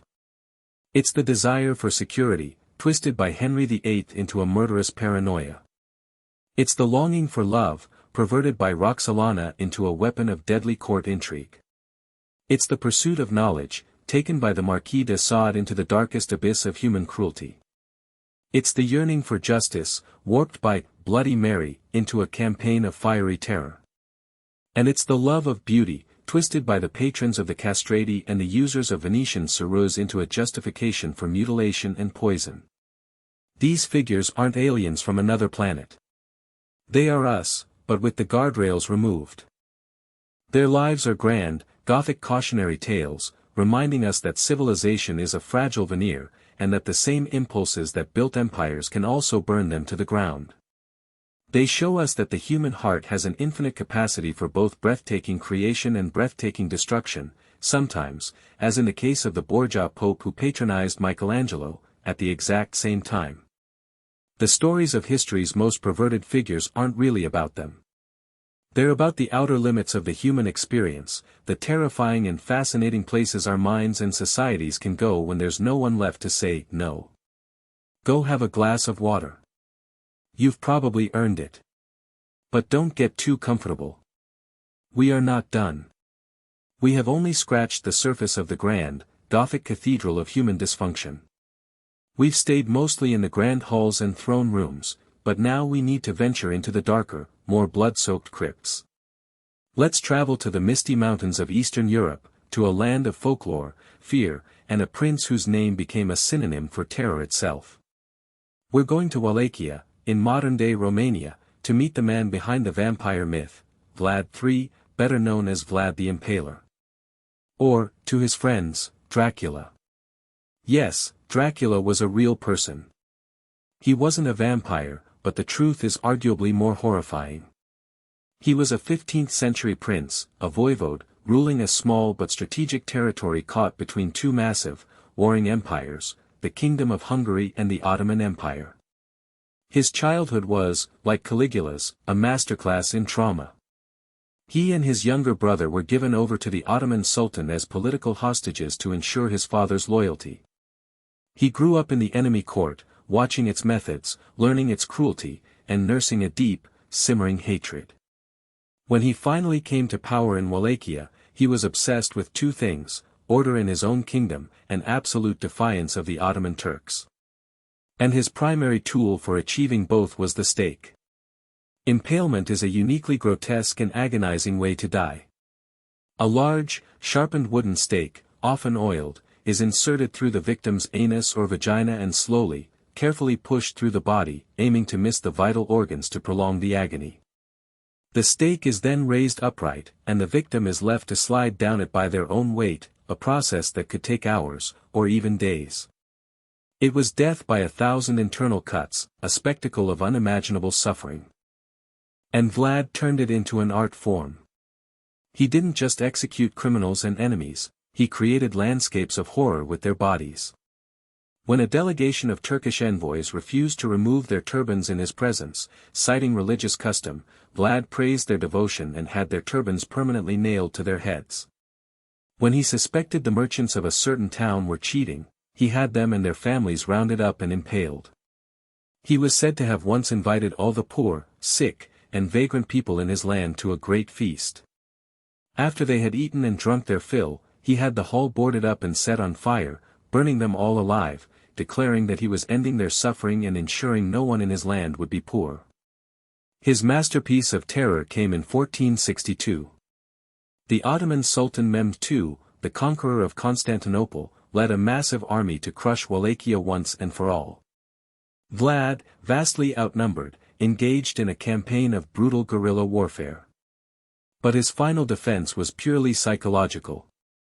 When the Sultan and his army advanced on the Wallachian capital, they were met with a sight from a nightmare. Stretching for several kilometers was a gruesome forest of rotting corpses. 20,000 Turkish prisoners of war, men, women, and children, had been impaled.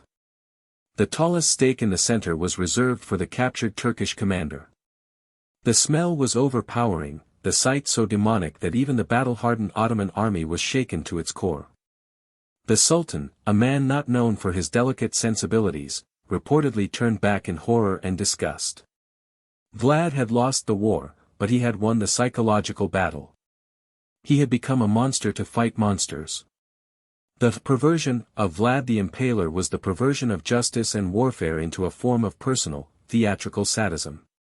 He didn't just want to kill his enemies, he wanted to use their deaths to create a message, to sculpt a reputation of absolute, terrifying power. He turned the human body into a medium for his political art, an art of horror and fear. Bram Stoker's blood-sucking Count is a Gothic romance. The historical Dracula was a master of state-sponsored terror whose cruelty was so extreme, so methodical, that it became a legend that would echo for all time. From the brutal efficiency of a Balkan prince, let's return to the perfumed, whispering corridors of a royal court, where the weapons were gossip and favor, not stakes. Let's head to Jacobean England, to the court of King James I. James was the son of Mary, Queen of Scots, and he was the man who united the crowns of Scotland and England after Elizabeth I died childless. He was a fascinating figure, highly intelligent, a scholar who wrote books on witchcraft and political theory, but also physically awkward, crude in his manners, and with a deep-seated fear of assassination. He was a complex man, but his reign was dominated by one glaring, scandalous weakness: his obsession with beautiful young men. James had a long and successful marriage to his wife, Anne of Denmark, and they had several children. But his emotional and, many historians believe, physical affections were reserved for a series of male favorites. And none was more favored, or more powerful, than George Villiers, the first Duke of Buckingham. Villiers appeared at court in 1614 as a handsome but penniless young man. King James, who was middle-aged by this point, was instantly smitten. He saw in Villiers a perfect physical specimen, something he himself was not. And he proceeded to shower the young man with a level of affection and promotion that was staggering. In a few short years, Villiers went from a minor courtier to the Duke of Buckingham, the highest-ranking nobleman outside the royal family. He was made Lord High Admiral, effectively controlling the entire English navy. He was given lands, titles, and a level of political power that made him the de facto ruler of England. The king's affection was embarrassingly public. He gave Villiers pet names like Steenie and signed his letters, "Thy dear dad and husband." In one speech to Parliament, defending Buckingham, the king declared, "I love the Earl of Buckingham more than anyone else. Jesus Christ did the same, and therefore I cannot be blamed. Christ had his John, and I have my George." Comparing your relationship with your hot young favorite to that of Jesus and his beloved disciple is a bold move, even for a king who believed in his own divine right to rule. Was their relationship sexual? We can't know for sure, but the language of their letters is deeply romantic and physical, and the sheer intensity of the king's obsession strongly suggests it was more than platonic. But the real perversion, in the eyes of the English aristocracy, wasn't the potential homosexuality. It was the perversion of good governance. James had outsourced the running of his kingdom to his pretty, unqualified boyfriend. Buckingham was arrogant, greedy, and a terrible military strategist. He appointed his own friends and family to powerful positions, enriching himself and his clan at the expense of the state. Experienced statesmen and powerful nobles were forced to bow and scrape to this upstart, this king's favorite, if they wanted anything done. The court became a swamp of jealousy, resentment, and corruption. Foreign policy, military expeditions, and domestic appointments were all dictated by the whims of a man whose only real qualification was that the king thought he was handsome. This wasn't just a personal failing, it had disastrous consequences. Buckingham led a series of failed and humiliating military campaigns that cost England dearly in both money and prestige. His power continued even after James died and his son, Charles I, took the throne, as Buckingham had cannily befriended the young prince as well. His disastrous rule was a major factor in the growing rift between the monarchy and Parliament, a rift that would eventually lead to the English Civil War. Buckingham's story came to a bloody end in 1628 when he was assassinated by a disgruntled army officer. The public celebrated his death in the streets. His story is a classic example of how a ruler's personal infatuation can become a national disaster. It's the ultimate historical case of letting a personal relationship completely pervert your professional judgment, on a scale that could, and did, bring a kingdom to its knees. Now, we've talked about the perversion of power, and the perversion of justice. But what about the perversion of blood itself? What happens when a dynasty is so obsessed with keeping its power pure, so terrified of sharing it with outsiders, that it turns in on itself in the most literal way possible? For that, we must go to Spain and meet the end result of centuries of royal inbreeding, the Habsburgs. The House of Habsburg was one of the most powerful royal families in European history. Through strategic marriages, they came to rule a vast empire that included Spain, Austria, the Netherlands, and huge swathes of the New World. Their motto was, "Let others wage war, thou, happy Austria, marry." Their strategy for dominance wasn't conquest. It was a gigantic, centuries-long game of dynastic monopoly, using marriage contracts as their primary weapon. And to keep all that inherited power and territory within the family, they married each other. A lot. Uncles married nieces. First cousins married first cousins. This went on for generation after generation. Genetically, this is a terrible idea. It's like taking a single document and photocopying it, then photocopying the copy, and so on. Every little flaw, every typo, gets magnified and multiplied until the final document is a garbled, unreadable mess. For the Habsburgs, this genetic degradation manifested itself physically, most famously in the Habsburg jaw. This was a severe underbite, where the lower jaw grew so much longer than the upper that the person couldn't properly close their mouth. It made chewing difficult and often caused speech impediments. It was the family signature, the physical proof of their purity, and also of their decline. And the final, tragic, unreadable photocopy of the Habsburg dynasty was King Charles II of Spain. He was the end of the line, the product of so much inbreeding that his genetic makeup was a catastrophe. His father was the uncle of his mother. His family tree was less of a branching tree and more of a tangled, looping wreath. From birth, Charles was a mess of physical and mental disabilities. He was small, weak, and chronically ill. That famous Habsburg jaw was so pronounced in him that his 2 rows of teeth did not meet at all, he could barely chew his food and drooled constantly. He didn't learn to talk until he was 4, or walk until he was 8. He was impotent and likely sterile. He was mentally slow, prone to fits of rage and deep depression. He was a king who was, by all accounts, barely functional as a human being. His court was a bizarre and pathetic spectacle. Superstitious and deeply religious, Charles was convinced his problems were the result of witchcraft. He was subjected to exorcisms. In a particularly macabre episode, he had the tombs of his ancestors opened and looked upon their decaying corpses, supposedly trying to find some kind of solace or cure. His reign was a disaster for Spain, an empire crumbling under the leadership of a king who was a genetic ghost.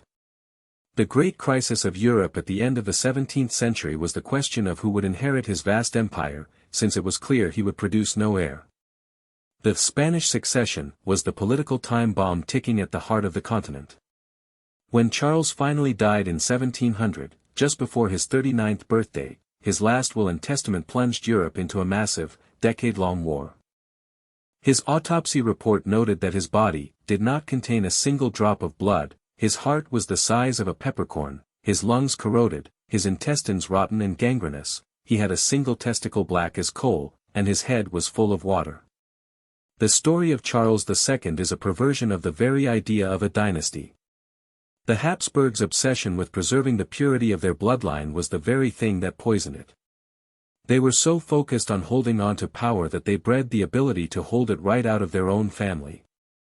Charles II is not a monster like Vlad or a schemer like Roxolana, he is a profound tragedy, a human being who was born broken, a living symbol of a dynasty that had literally perverted its own biology into extinction. From the tragedy of a broken king, let's travel to another dying empire at the dawn of the 20th century, Russia. Here, we find a story so bizarre, so steeped in myth and scandal, that it feels more like a dark fairy tale than history. It is the story of a debauched, mystical peasant who held the most powerful family in the world in his thrall. It is the story of Grigory Rasputin. The Russia of the early 1900s was a powder keg. The Romanov dynasty, which had ruled for 300 years, was completely out of touch with its people. Tsar Nicholas II was a weak, indecisive man, and his wife, the German-born Tsarina Alexandra, was a deeply religious mystic, widely distrusted by the public. Their greatest tragedy, and the key to this entire story, was their only son, the heir, Alexei. The little Tsarevich suffered from hemophilia, the royal disease, a genetic disorder that prevents blood from clotting properly. A simple bump or a nosebleed could become a life-threatening crisis. The royal family lived in a state of constant, desperate fear for their son's life. And into this hermetically sealed world of terror and faith walked Rasputin. He was a Siberian peasant, a self-proclaimed holy man, or staryets. He was a magnetic and terrifying figure, with piercing, hypnotic eyes, and a reputation as both a spiritual healer and a drunken lecher. He was filthy, his beard often caked with food, but he had an undeniable, raw charisma. And somehow, he was able to help Alexei. When the Tsarevich was suffering from a bleeding episode, and the royal doctors could do nothing, Rasputin would be summoned. He would sit by the boy's bed, pray, and talk to him in a calm, soothing voice. And, seemingly miraculously, the bleeding would stop. How did he do it? It was likely a combination of hypnotic suggestion, which would calm the boy and lower his blood pressure, and his insistence on sending the frantic, bumbling doctors away. Whatever the mechanism, to the desperate Tsarina, it was a miracle. Rasputin was a man of God, sent to save her son. She gave him her complete and utter trust. And Rasputin used that trust to gain unprecedented influence. He began to meddle in affairs of state. He would recommend incompetent cronies for high-level government positions. He would boast of his power over the mama and papa, as he called the imperial couple. While the Tsar was away at the front during World War I, Rasputin and the Tsarina were essentially running the country, and running it into the ground. And then there were the stories of his debauchery. He was a notorious drunkard and was said to host wild orgies, boasting that he had slept with legions of his female followers, from society ladies to prostitutes. Rumors, almost certainly false but widely believed, insisted that he was having an affair with the Tsarina herself, and even her young daughters. He became the symbol of everything that was rotten and corrupt in the Russian government. The mad monk was seen as a demonic puppet master, pulling the strings of the empress. The perversion of Rasputin was the perversion of faith. He took the genuine, desperate belief of a mother and twisted it into a tool for his own power and pleasure. He was a spiritual con man playing the highest stakes game in the world. By 1916, a group of Russian aristocrats, led by Prince Felix Yusupov, decided that the only way to save the monarchy from Rasputin's toxic influence was to kill him. And his murder became a legend that perfectly encapsulated his life. As the story goes, they lured him to a palace and fed him cakes and wine laced with enough cyanide to kill several men. Rasputin ate them with no ill effect. In a panic, Yusupov shot him in the chest. Rasputin fell, apparently dead. But when they went to examine the body, he leaped up, roaring, and attacked them before staggering out into the snowy courtyard. They shot him several more times, bludgeoned him with a dumbbell, and finally, wrapped him in a carpet and threw him into the freezing Neva River. When his body was recovered, the autopsy supposedly found water in his lungs, meaning that even after being poisoned, shot, and beaten, he had still been alive when he was thrown into the river. This story, likely exaggerated, cemented his myth as an unholy, almost supernatural force. His death, however, did not save the monarchy. It was too late. Just a few months later, the Russian Revolution began, and the Romanov dynasty was swept away forever. For our final story in this gallery of the grotesque, let's journey to the mountains of Bavaria, in southern Germany, for a perversion of a different kind. Not of blood, sex, or power in the traditional sense, but a perversion of reality itself. Let's talk about King Ludwig II of Bavaria, the Swan King, the fairy tale king. Ludwig II was not a tyrant or a sadist. By all accounts, he was a gentle, if deeply strange, soul. He ascended to the throne in 1864 as a handsome, romantic 18-year-old. But he hated the business of being a king. He despised politics, public appearances, and the mundane realities of governing. He was a dreamer, a romantic who was born in the wrong century. His true passions were for art, mythology, and above all, the grandiose, epic operas of Richard Wagner. Wagner's operas were full of medieval knights, tragic lovers, and mythical swans. Ludwig didn't just want to watch these stories, he wanted to live in them. And as king, he had the resources to try. He became Wagner's greatest patron, pouring enormous sums of state money into funding the composer's work and building him a special opera house. But his greatest obsession was building castles. These weren't castles for defense or for governing. They were architectural fantasies, elaborate stage sets for his own private world. The most famous is Neuschwanstein, the soaring, turreted white castle that looks like it was ripped straight out of a fairy tale. It was, in fact, the direct inspiration for Disney's Sleeping Beauty castle. But it was completely impractical, built on a remote mountain peak, and filled with rooms decorated as scenes from Wagner's operas. It was a monument to a fantasy. He built other palaces too. Linderhof, a gilded Rococo jewel box inspired by Versailles, where he would sometimes have his dinner table set for four, for himself and the imaginary company of King Louis XIV and his courtiers. He built Herrenchiemsee, a vast, full-scale replica of the Palace of Versailles, on an island in a lake, a project so enormous it nearly bankrupted the kingdom and was never even finished. Ludwig's perversion was a perversion of duty. He abdicated his responsibilities as a monarch and retreated almost entirely from public life, becoming a recluse who lived by night and slept by day. He would take midnight sleigh rides through the snowy mountains in elaborate, gilded sleighs, sometimes with his servants dressed in 18th-century costumes. He poured the national treasure not into schools or roads, but into creating a private dream world. He was a king who ruled an imaginary kingdom, while his actual kingdom was being run by his ministers. He was also a deeply lonely man, struggling with his homosexuality in a deeply Catholic country. His diaries reveal a man tormented by guilt and a yearning for a pure, romantic love that he could never find in the real world. His castles were his escape, a place where reality couldn't touch him. But reality eventually caught up.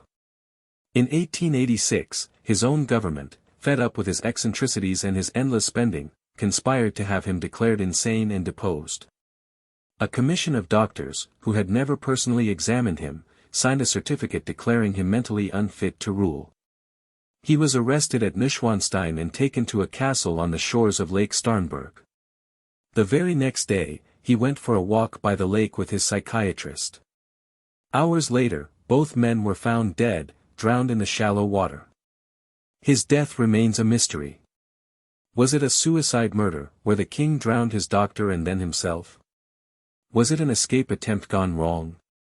Or was he assassinated by his political enemies? We will never know. It was a strange, tragic end for a strange, tragic king.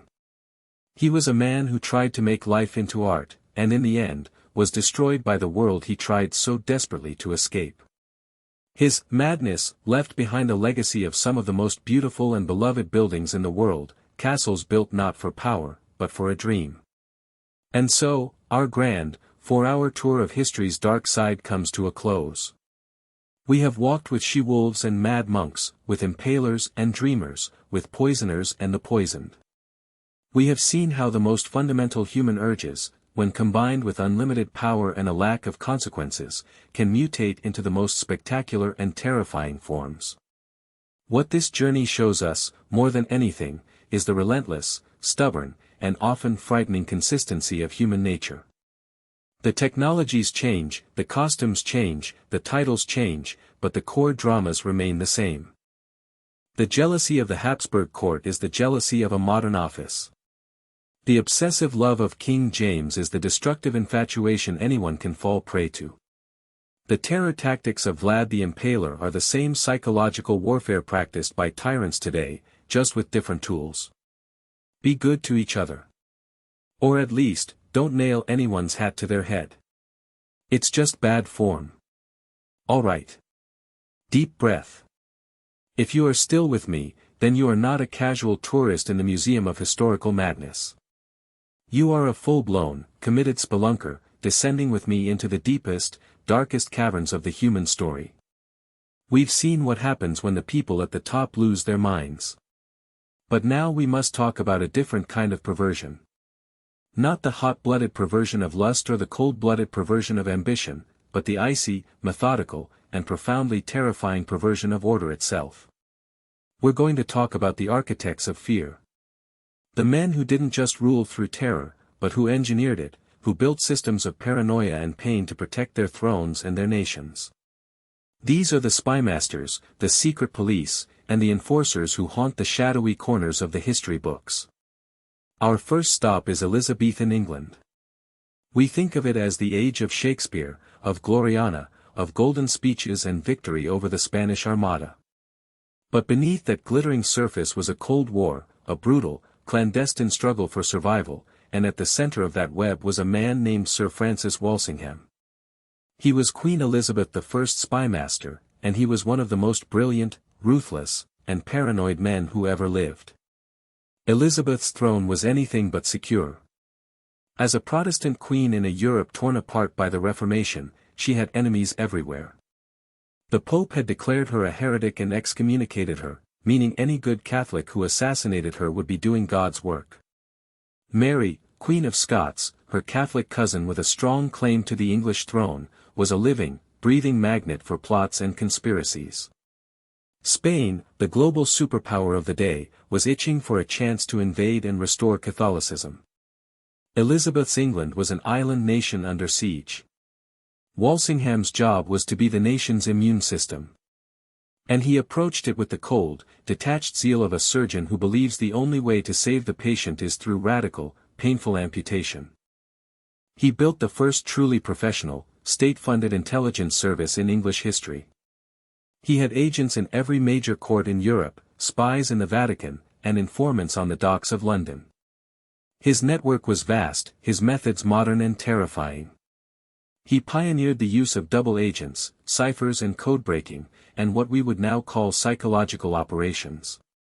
His perversion was the complete subordination of morality to the needs of the state.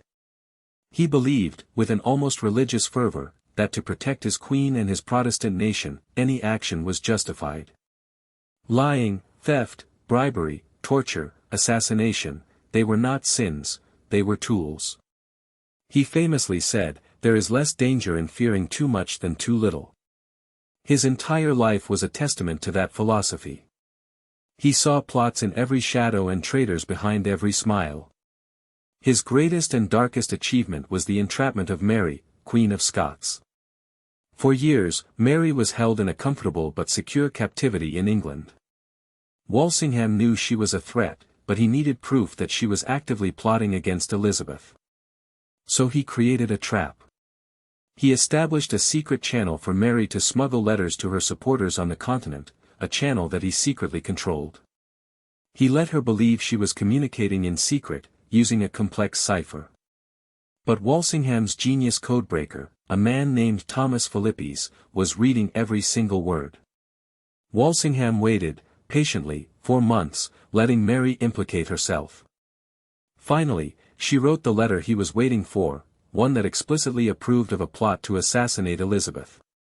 It was the smoking gun. Walsingham had her. When he presented the evidence, Philippes had drawn a little gallows symbol on the outside of the letter.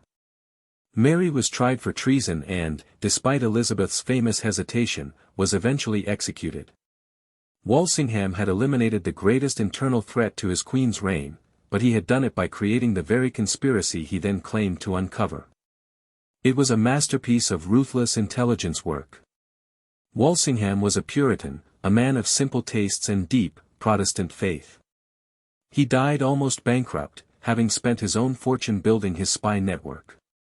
He wasn't in it for the money or the glory. He was a true believer. And that's what makes him so terrifying. His perversion wasn't personal, it was ideological. He was a man who loved his country so much that he was willing to twist it into a police state to protect it. He is the intellectual ancestor of every spymaster who has ever argued that for the people to be safe, their freedoms must be curtailed, their mail must be read, and their enemies, real or imagined, must be destroyed without mercy. From the fog of Elizabethan London, let's cross the channel to 17th-century France, a nation being forged into a modern state by the will of another master of shadows. The king was Louis XIII, but the true ruler of France was his chief minister, a man whose red robe struck fear into the hearts of nobles and foreign kings alike, Armand Jean Duplessis, better known as Cardinal Richelieu. If Walsingham was a spider, building a web in the shadows, Richelieu was a grand chess master, playing with the lives of millions on the great board of Europe. He was a genius, a visionary, and utterly, completely ruthless. His goal was simple and absolute, to make the French king the supreme power in France, and to make France the supreme power in Europe. Everything and everyone was subordinate to that goal. His perversion was the perversion of the state into a cold, impersonal machine of power. He pioneered the concept of raison d'etat, or reason of state. This was the idea that the interests of the nation were paramount, above any considerations of religion, tradition, or individual morality. It was a radical idea in a world still governed by dynastic loyalties and religious obligations. Richelieu, a cardinal of the Catholic Church, would happily and openly fund Protestant armies in Germany if it weakened his Catholic Habsburg rivals. His faith was sincere, but his politics were brutally pragmatic. He served his king, but his true God was the French state itself. To centralize power in the hands of the king, he had to break the power of the French nobility. For centuries, the nobles had acted like petty kings in their own domains, raising private armies and defying the crown. Richelieu systematically dismantled their power. He outlawed dueling, not because it was immoral, but because it was a private act of violence that usurped the state's monopoly on force. He ordered the destruction of feudal castles that were not essential for national defense. And he, like Walsingham, built a formidable network of spies and informants. He was the master of propaganda, using pamphlets and a state-sponsored newspaper, the Gazette de France, to shape public opinion and destroy the reputations of his enemies. He was a man who understood that information was power. He was also a man who understood that a timely execution could solve a lot of political problems. He crushed several noble conspiracies with absolute brutality, sending powerful dukes and counts to the chopping block as a message to the rest. He famously said, "If you give me 6 lines written by the hand of the most honest of men, I will find something in them which will hang him." This quote, whether he actually said it or not, perfectly captures his method and his reputation. He was a man who could twist any word, any action, into an act of treason if it served the interests of the state. He created a France that was more unified, more modern, and more powerful than ever before. But he did so by draining the life from its old traditions and replacing them with a cold, efficient, and centralized machine of control, a machine that would eventually be perfected by Louis XIV and then, ultimately, be torn down by the French Revolution. Richelieu was the high priest of the modern state, a man who showed the world the terrifying power that could be unleashed when one is willing to sacrifice everything, and everyone, for the sake of an idea. Now, we have seen men who engineered fear in service to a monarch or a state. But what happens when a man decides that he is the state, that he is the Messiah, and that God has personally given him a license to create a kingdom of heaven on earth through absolute, bloody terror? For that, we must go to the city of Münster in Germany, in the year 1534. The Protestant Reformation had shattered the religious unity of Europe. It was a time of immense spiritual fervor, apocalyptic anxiety, and social upheaval. Into this chaos stepped a radical sect of Protestants known as the Anabaptists. They believed in adult baptism and were persecuted by both Catholics and mainstream Protestants. A group of them, fleeing persecution, took control of the city of Münster. And soon, a charismatic, handsome, and terrifyingly persuasive Dutch tailor named Jan van Leyden arrived and took over the movement. Jan of Leyden was a cult leader of genius. He was a master of political theater and biblical rhetoric. He declared Münster to be the New Jerusalem, the city where Christ would return to earth. He kicked out or executed all the remaining Catholics and Lutherans. He abolished private property and forced the citizens to hand over all their gold, silver, and goods to a central storehouse. And then, he declared himself the king of this new kingdom. King Jan of Münster.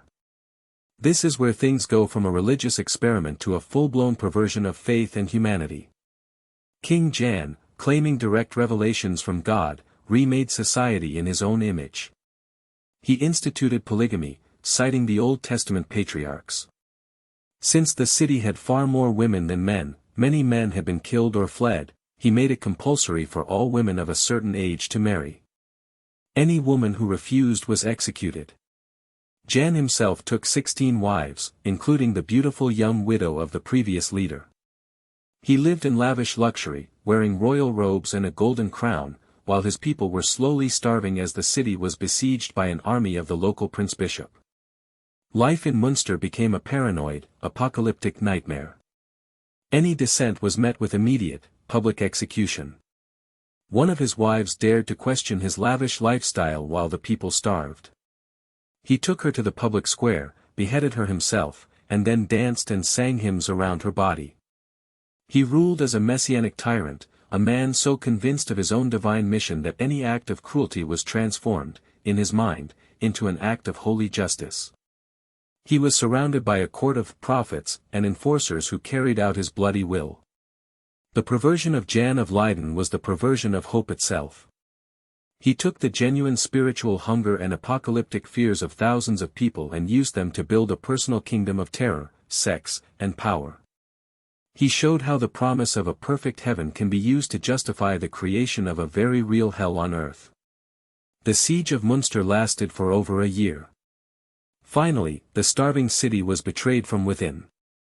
The bishop's army stormed the city and a terrible massacre ensued. King Jan was captured, along with his chief lieutenants. Their end was as theatrical as their reign. They were paraded around the region and then, in the central marketplace of Munster, they were publicly tortured for hours with red-hot tongs. Finally, they were killed with a dagger to the heart. Their bodies were placed in 3 iron cages and hung from the steeple of St. Lambert's Church, as a permanent warning against rebellion and heresy. Those cages hang there to this day. A grim, rusty reminder of a tailor who would be king, and the apocalyptic madness that he unleashed. Now, if Jan of Leiden represents the madness that can erupt from the bottom of society, let's look at what happens when the madness is born at the very, very top. Let's go back to Rome. We've met Caligula, we've met Messalina. You might think we've seen the worst of the Julio-Claudian dynasty. You would be wrong. We need to talk about the man who makes Caligula look like a well-adjusted and competent administrator. We need to talk about Nero. Nero's story is a tragedy of a boy who was given the world before he had any idea what to do with it, besides set it on fire. He became emperor at the age of 16, and for the first few years, his reign was actually quite good, guided by his sensible tutor, Seneca, and the Praetorian prefect, Burrus. But as Nero got older, his true passions emerged. He didn't want to be an emperor, he wanted to be a star. He saw himself as a magnificent artist, a poet, a musician, a singer, and a chariot racer. The problem was, he wasn't very good. But when you're the emperor, no one is going to tell you that you suck. So Nero would stage these elaborate public performances. He would compete in the Olympic Games, entering every contest and, miraculously, winning every single one. Imagine the pressure on the other athletes. You're a professional wrestler, and you have to lose to the pale, slightly flabby emperor, and you have to make it look convincing, because if you don't, you might end up as lion food. His artistic career was a masterpiece of mandatory applause. His personal life was a spiral into monstrosity. He grew tired of the influence of his powerful, domineering mother, Agrippina the Younger, a fascinatingly perverse figure in her own right who had likely poisoned her own husband, the Emperor Claudius, to get Nero on the throne. So he decided to have her killed. First, he tried to poison her, but she had built up an immunity by taking small doses of poison over the years. Then, he designed a special collapsible boat that would fall apart while she was sailing in it.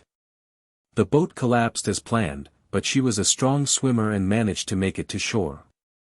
Finally, in frustration, Nero just sent some soldiers to her villa to stab her to death. As they approached, she reportedly bared her womb and said, "Strike here," as it was the womb that had borne such a monstrous son. He had his first wife, Octavia, executed so he could marry his mistress, Poppaea Sabina. He later killed Poppaea by kicking her in the stomach while she was pregnant. He was said to have married 2 other men in formal ceremonies, in one of which he played the role of the bride. His court was a non-stop party of extravagance and debauchery. The defining event of his reign, of course, was the Great Fire of Rome in 64 AD. A massive fire that burned for over a week and destroyed huge swathes of the city. The historian Tacitus reports the rumor that Nero, watching the city burn from his palace, put on his lyre and sang about the destruction of Troy. Did he actually start the fire? Probably not, but he certainly took advantage of it.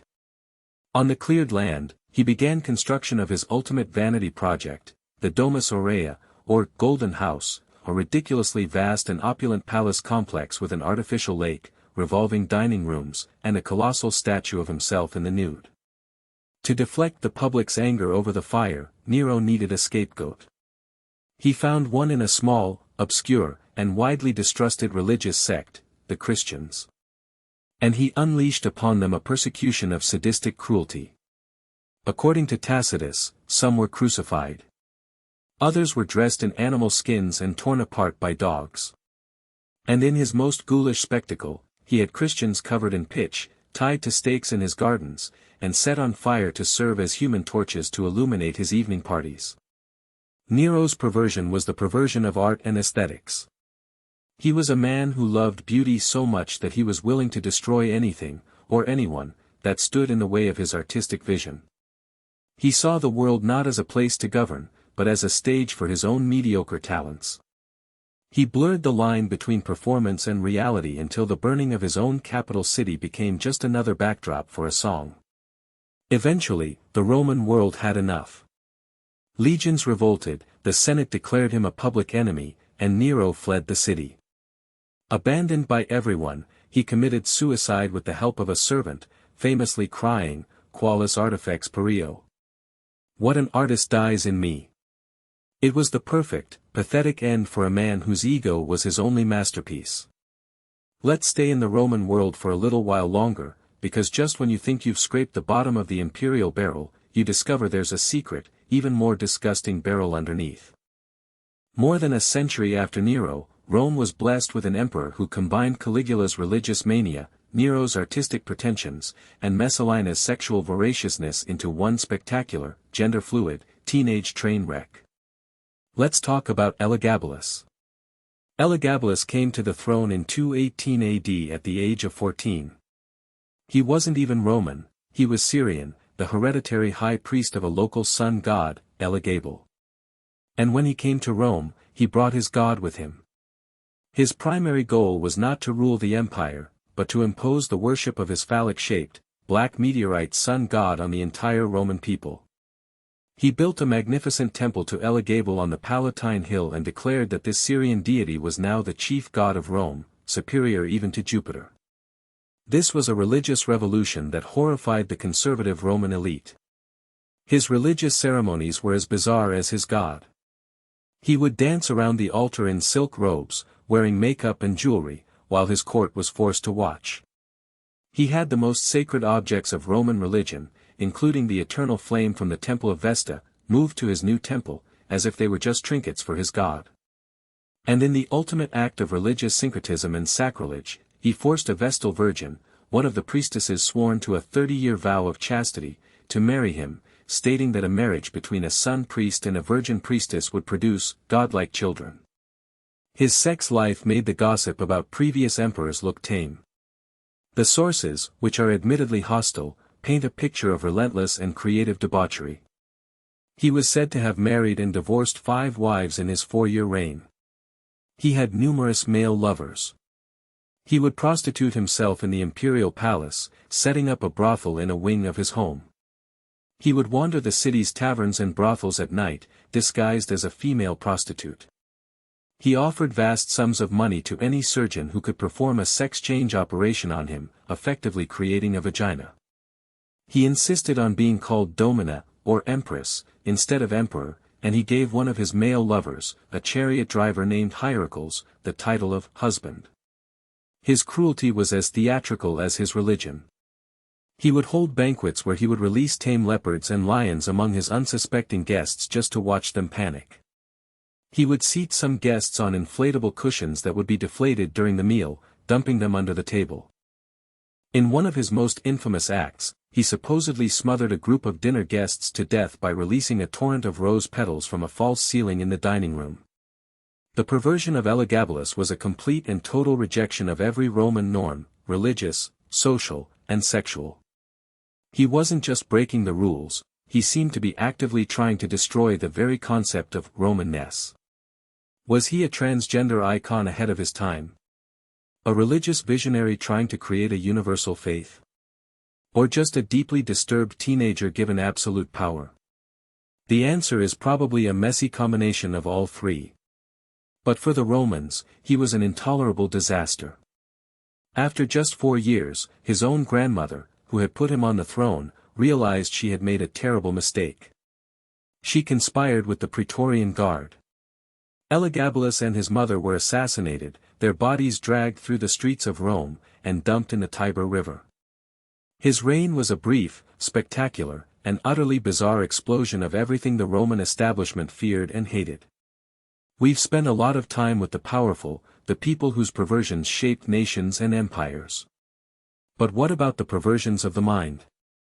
The quiet, scholarly pursuit of ideas that are so strange, so outside the norm, that they mark their creators as geniuses, madmen, or both. For this, let's step into the strange world of Renaissance alchemy and medicine and meet a man who was equal parts brilliant physician and raving egomaniac. Let's talk about Paracelsus. His real name was Philippus Aurelius Theophrastus Bombastus von Hohenheim, which tells you a lot about his personality right there. Paracelsus, the name he chose, means, beyond Celsus, a famous Roman physician. He was essentially announcing to the world that he was better than one of the greatest doctors of antiquity. And in some ways, he was.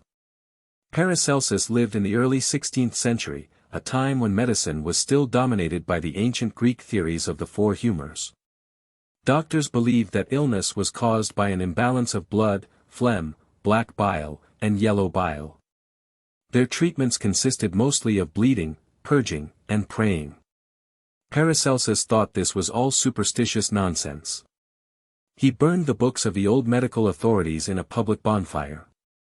He argued that illness was caused by external agents that attacked the body, a revolutionary idea that was a distant precursor to germ theory.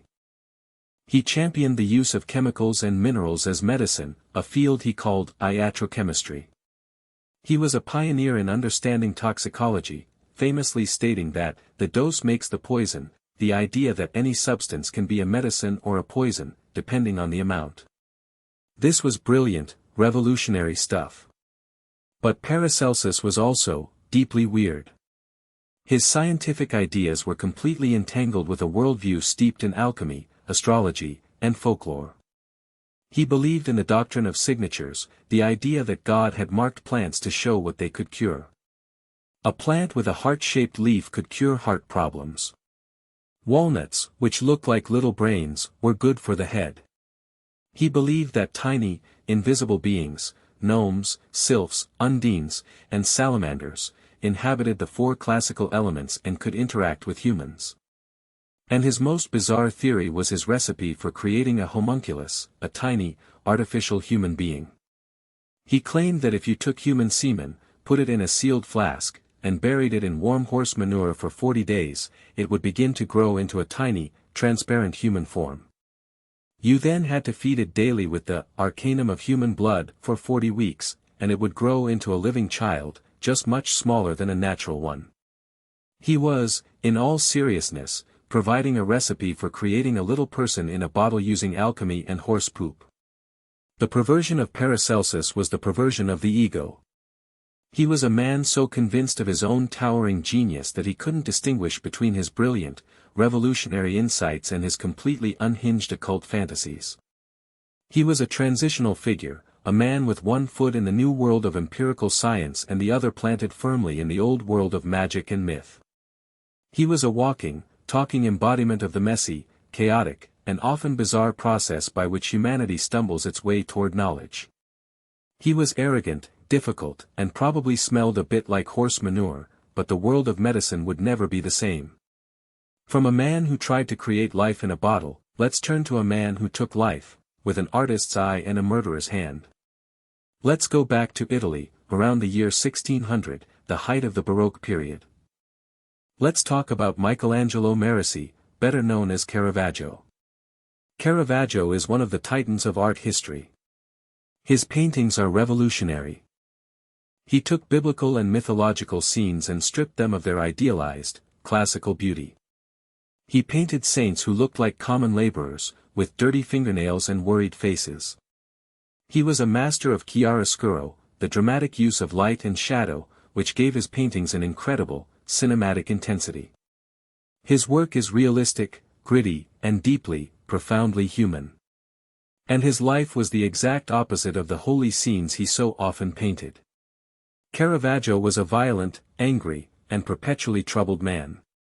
He was a brawler, constantly getting into sword fights in the dark, filthy streets of Rome. His police record was a mile long: assault, libel, carrying a sword without a permit, throwing a plate of hot artichokes at a waiter. He was brilliant, but he was also a thug. His art and his life were inextricably linked. He used the people from his world, the prostitutes, the hustlers, the beggars of Rome, as models for his saints and virgins. The woman who modeled for his famous Death of the Virgin was rumored to be a drowned prostitute he had fished out of the Tiber River.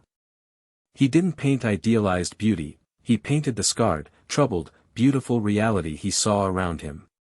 The perversion of Caravaggio was the perversion of talent. He was a man who possessed a divine gift for capturing truth and beauty on canvas, but who was himself a vessel of violence and chaos. The same passion that fueled his art also fueled his rage. In 1606, this rage finally boiled over.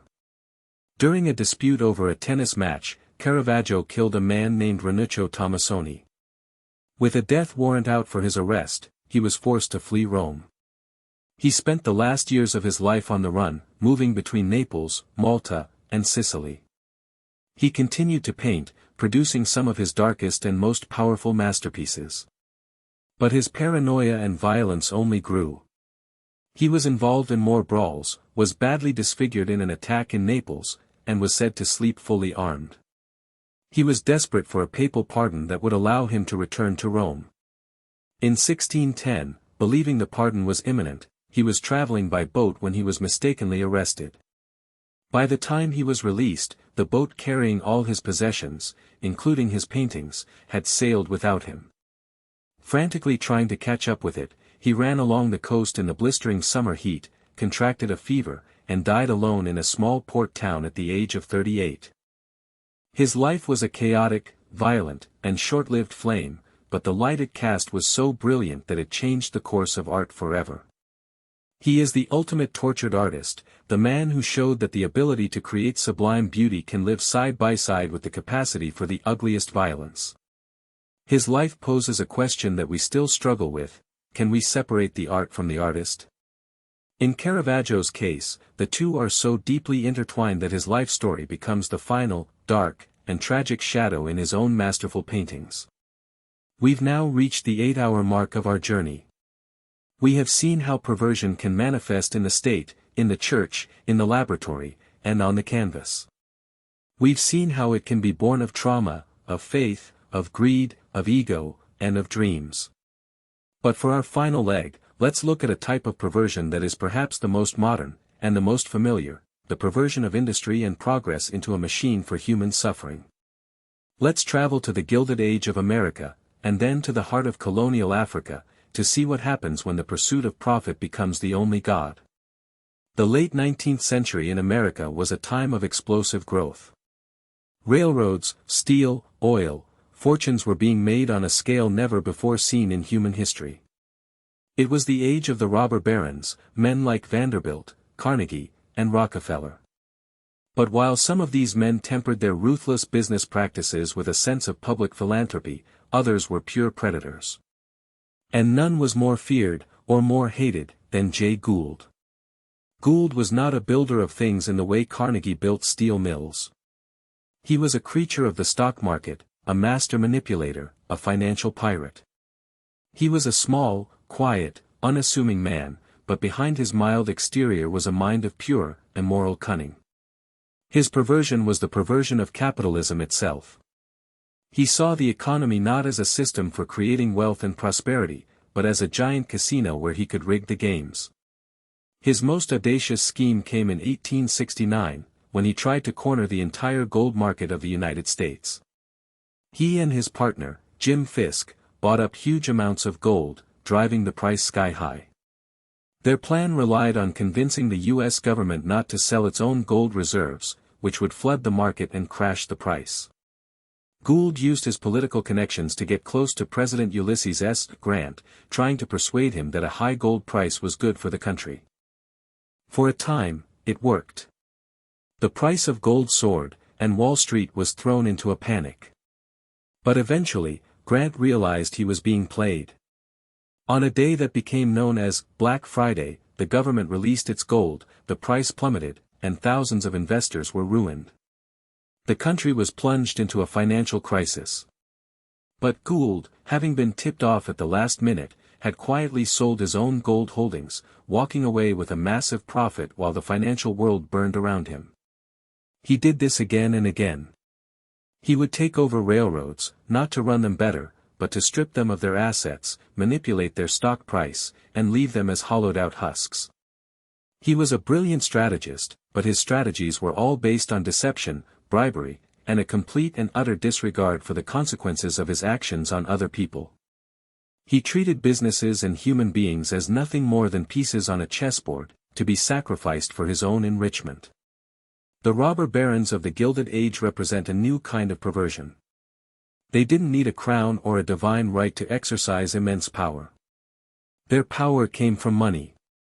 And they showed the world that a boardroom could be just as ruthless as a medieval throne room, and that a stock ticker could be just as effective a weapon as an assassin's dagger.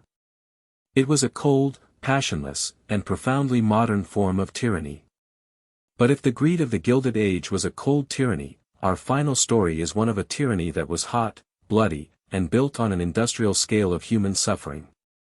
We must go to the heart of Africa, to a place that, at the end of the 19th century, wasn't even a colony. It was the personal property, the private piggy bank, of one man. We are going to the Congo Free State, and we are going to meet its owner, King Leopold II of Belgium. Leopold II was a man with a big ambition and a small country. He was desperate for Belgium to have a colonial empire, slice of this magnificent African cake, as he put it. But the Belgian government wasn't interested. So Leopold did it himself.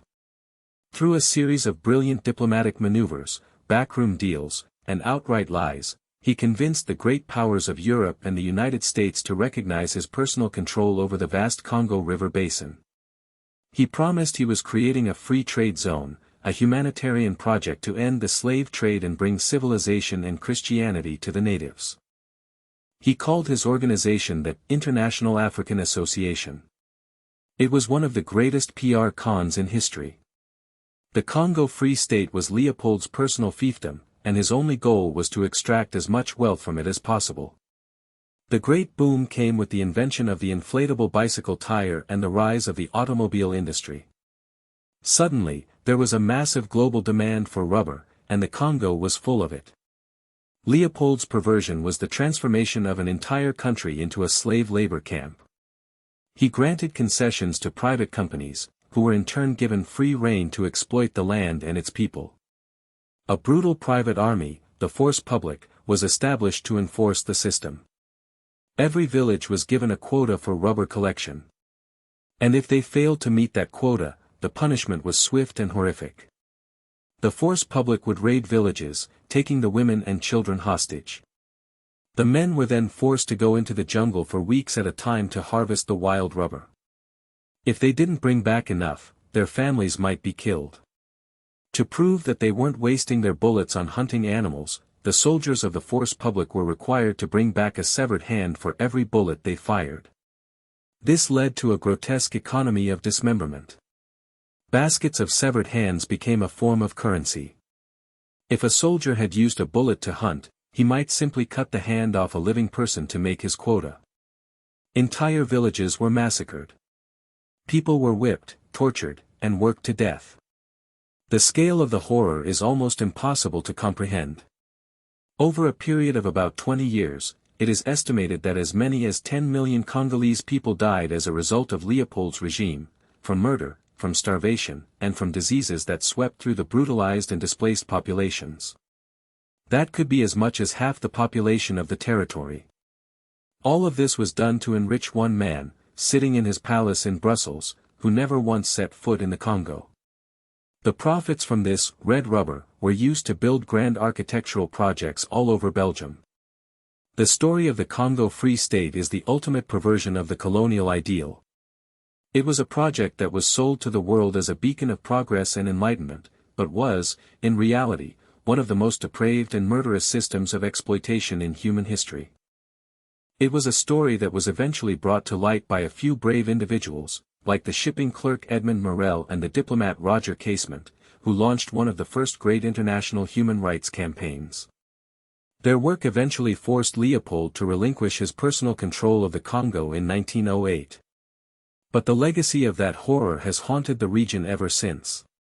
Leopold too wasn't a ranting madman like Caligula or a religious fanatic like Jan of Leiden.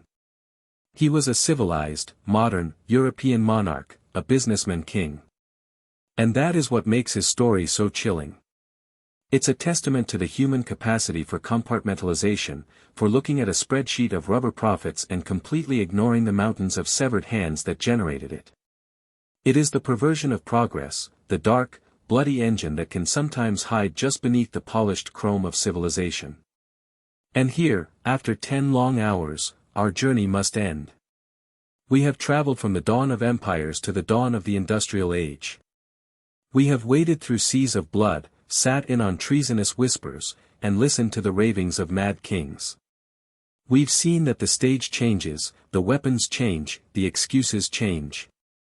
But the dark, twisted, perverted heart of the human drama beats on with a terrifyingly steady rhythm. What is the final takeaway from this marathon of monstrosity? Perhaps it is this: history is not a story of heroes and villains. It is a story of people, all of whom are flawed, all of whom are driven by the same cocktail of fear, love, greed, and ego that drives us today.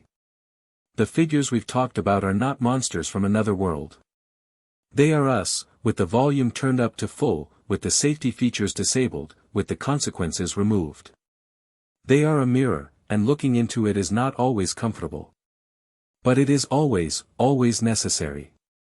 Because the only thing more dangerous than a perverted king is a people who have forgotten the lessons that history, in all its terrible and wonderful glory, has tried so desperately to teach us. Thank you, from the bottom of my heart, for staying with me on this ridiculously long and winding road. Now, seriously, go outside. Touch some grass. And be profoundly grateful that your neighbor is probably not planning to impale you over a property line dispute. The bar is low, my friends. Let's try to clear it.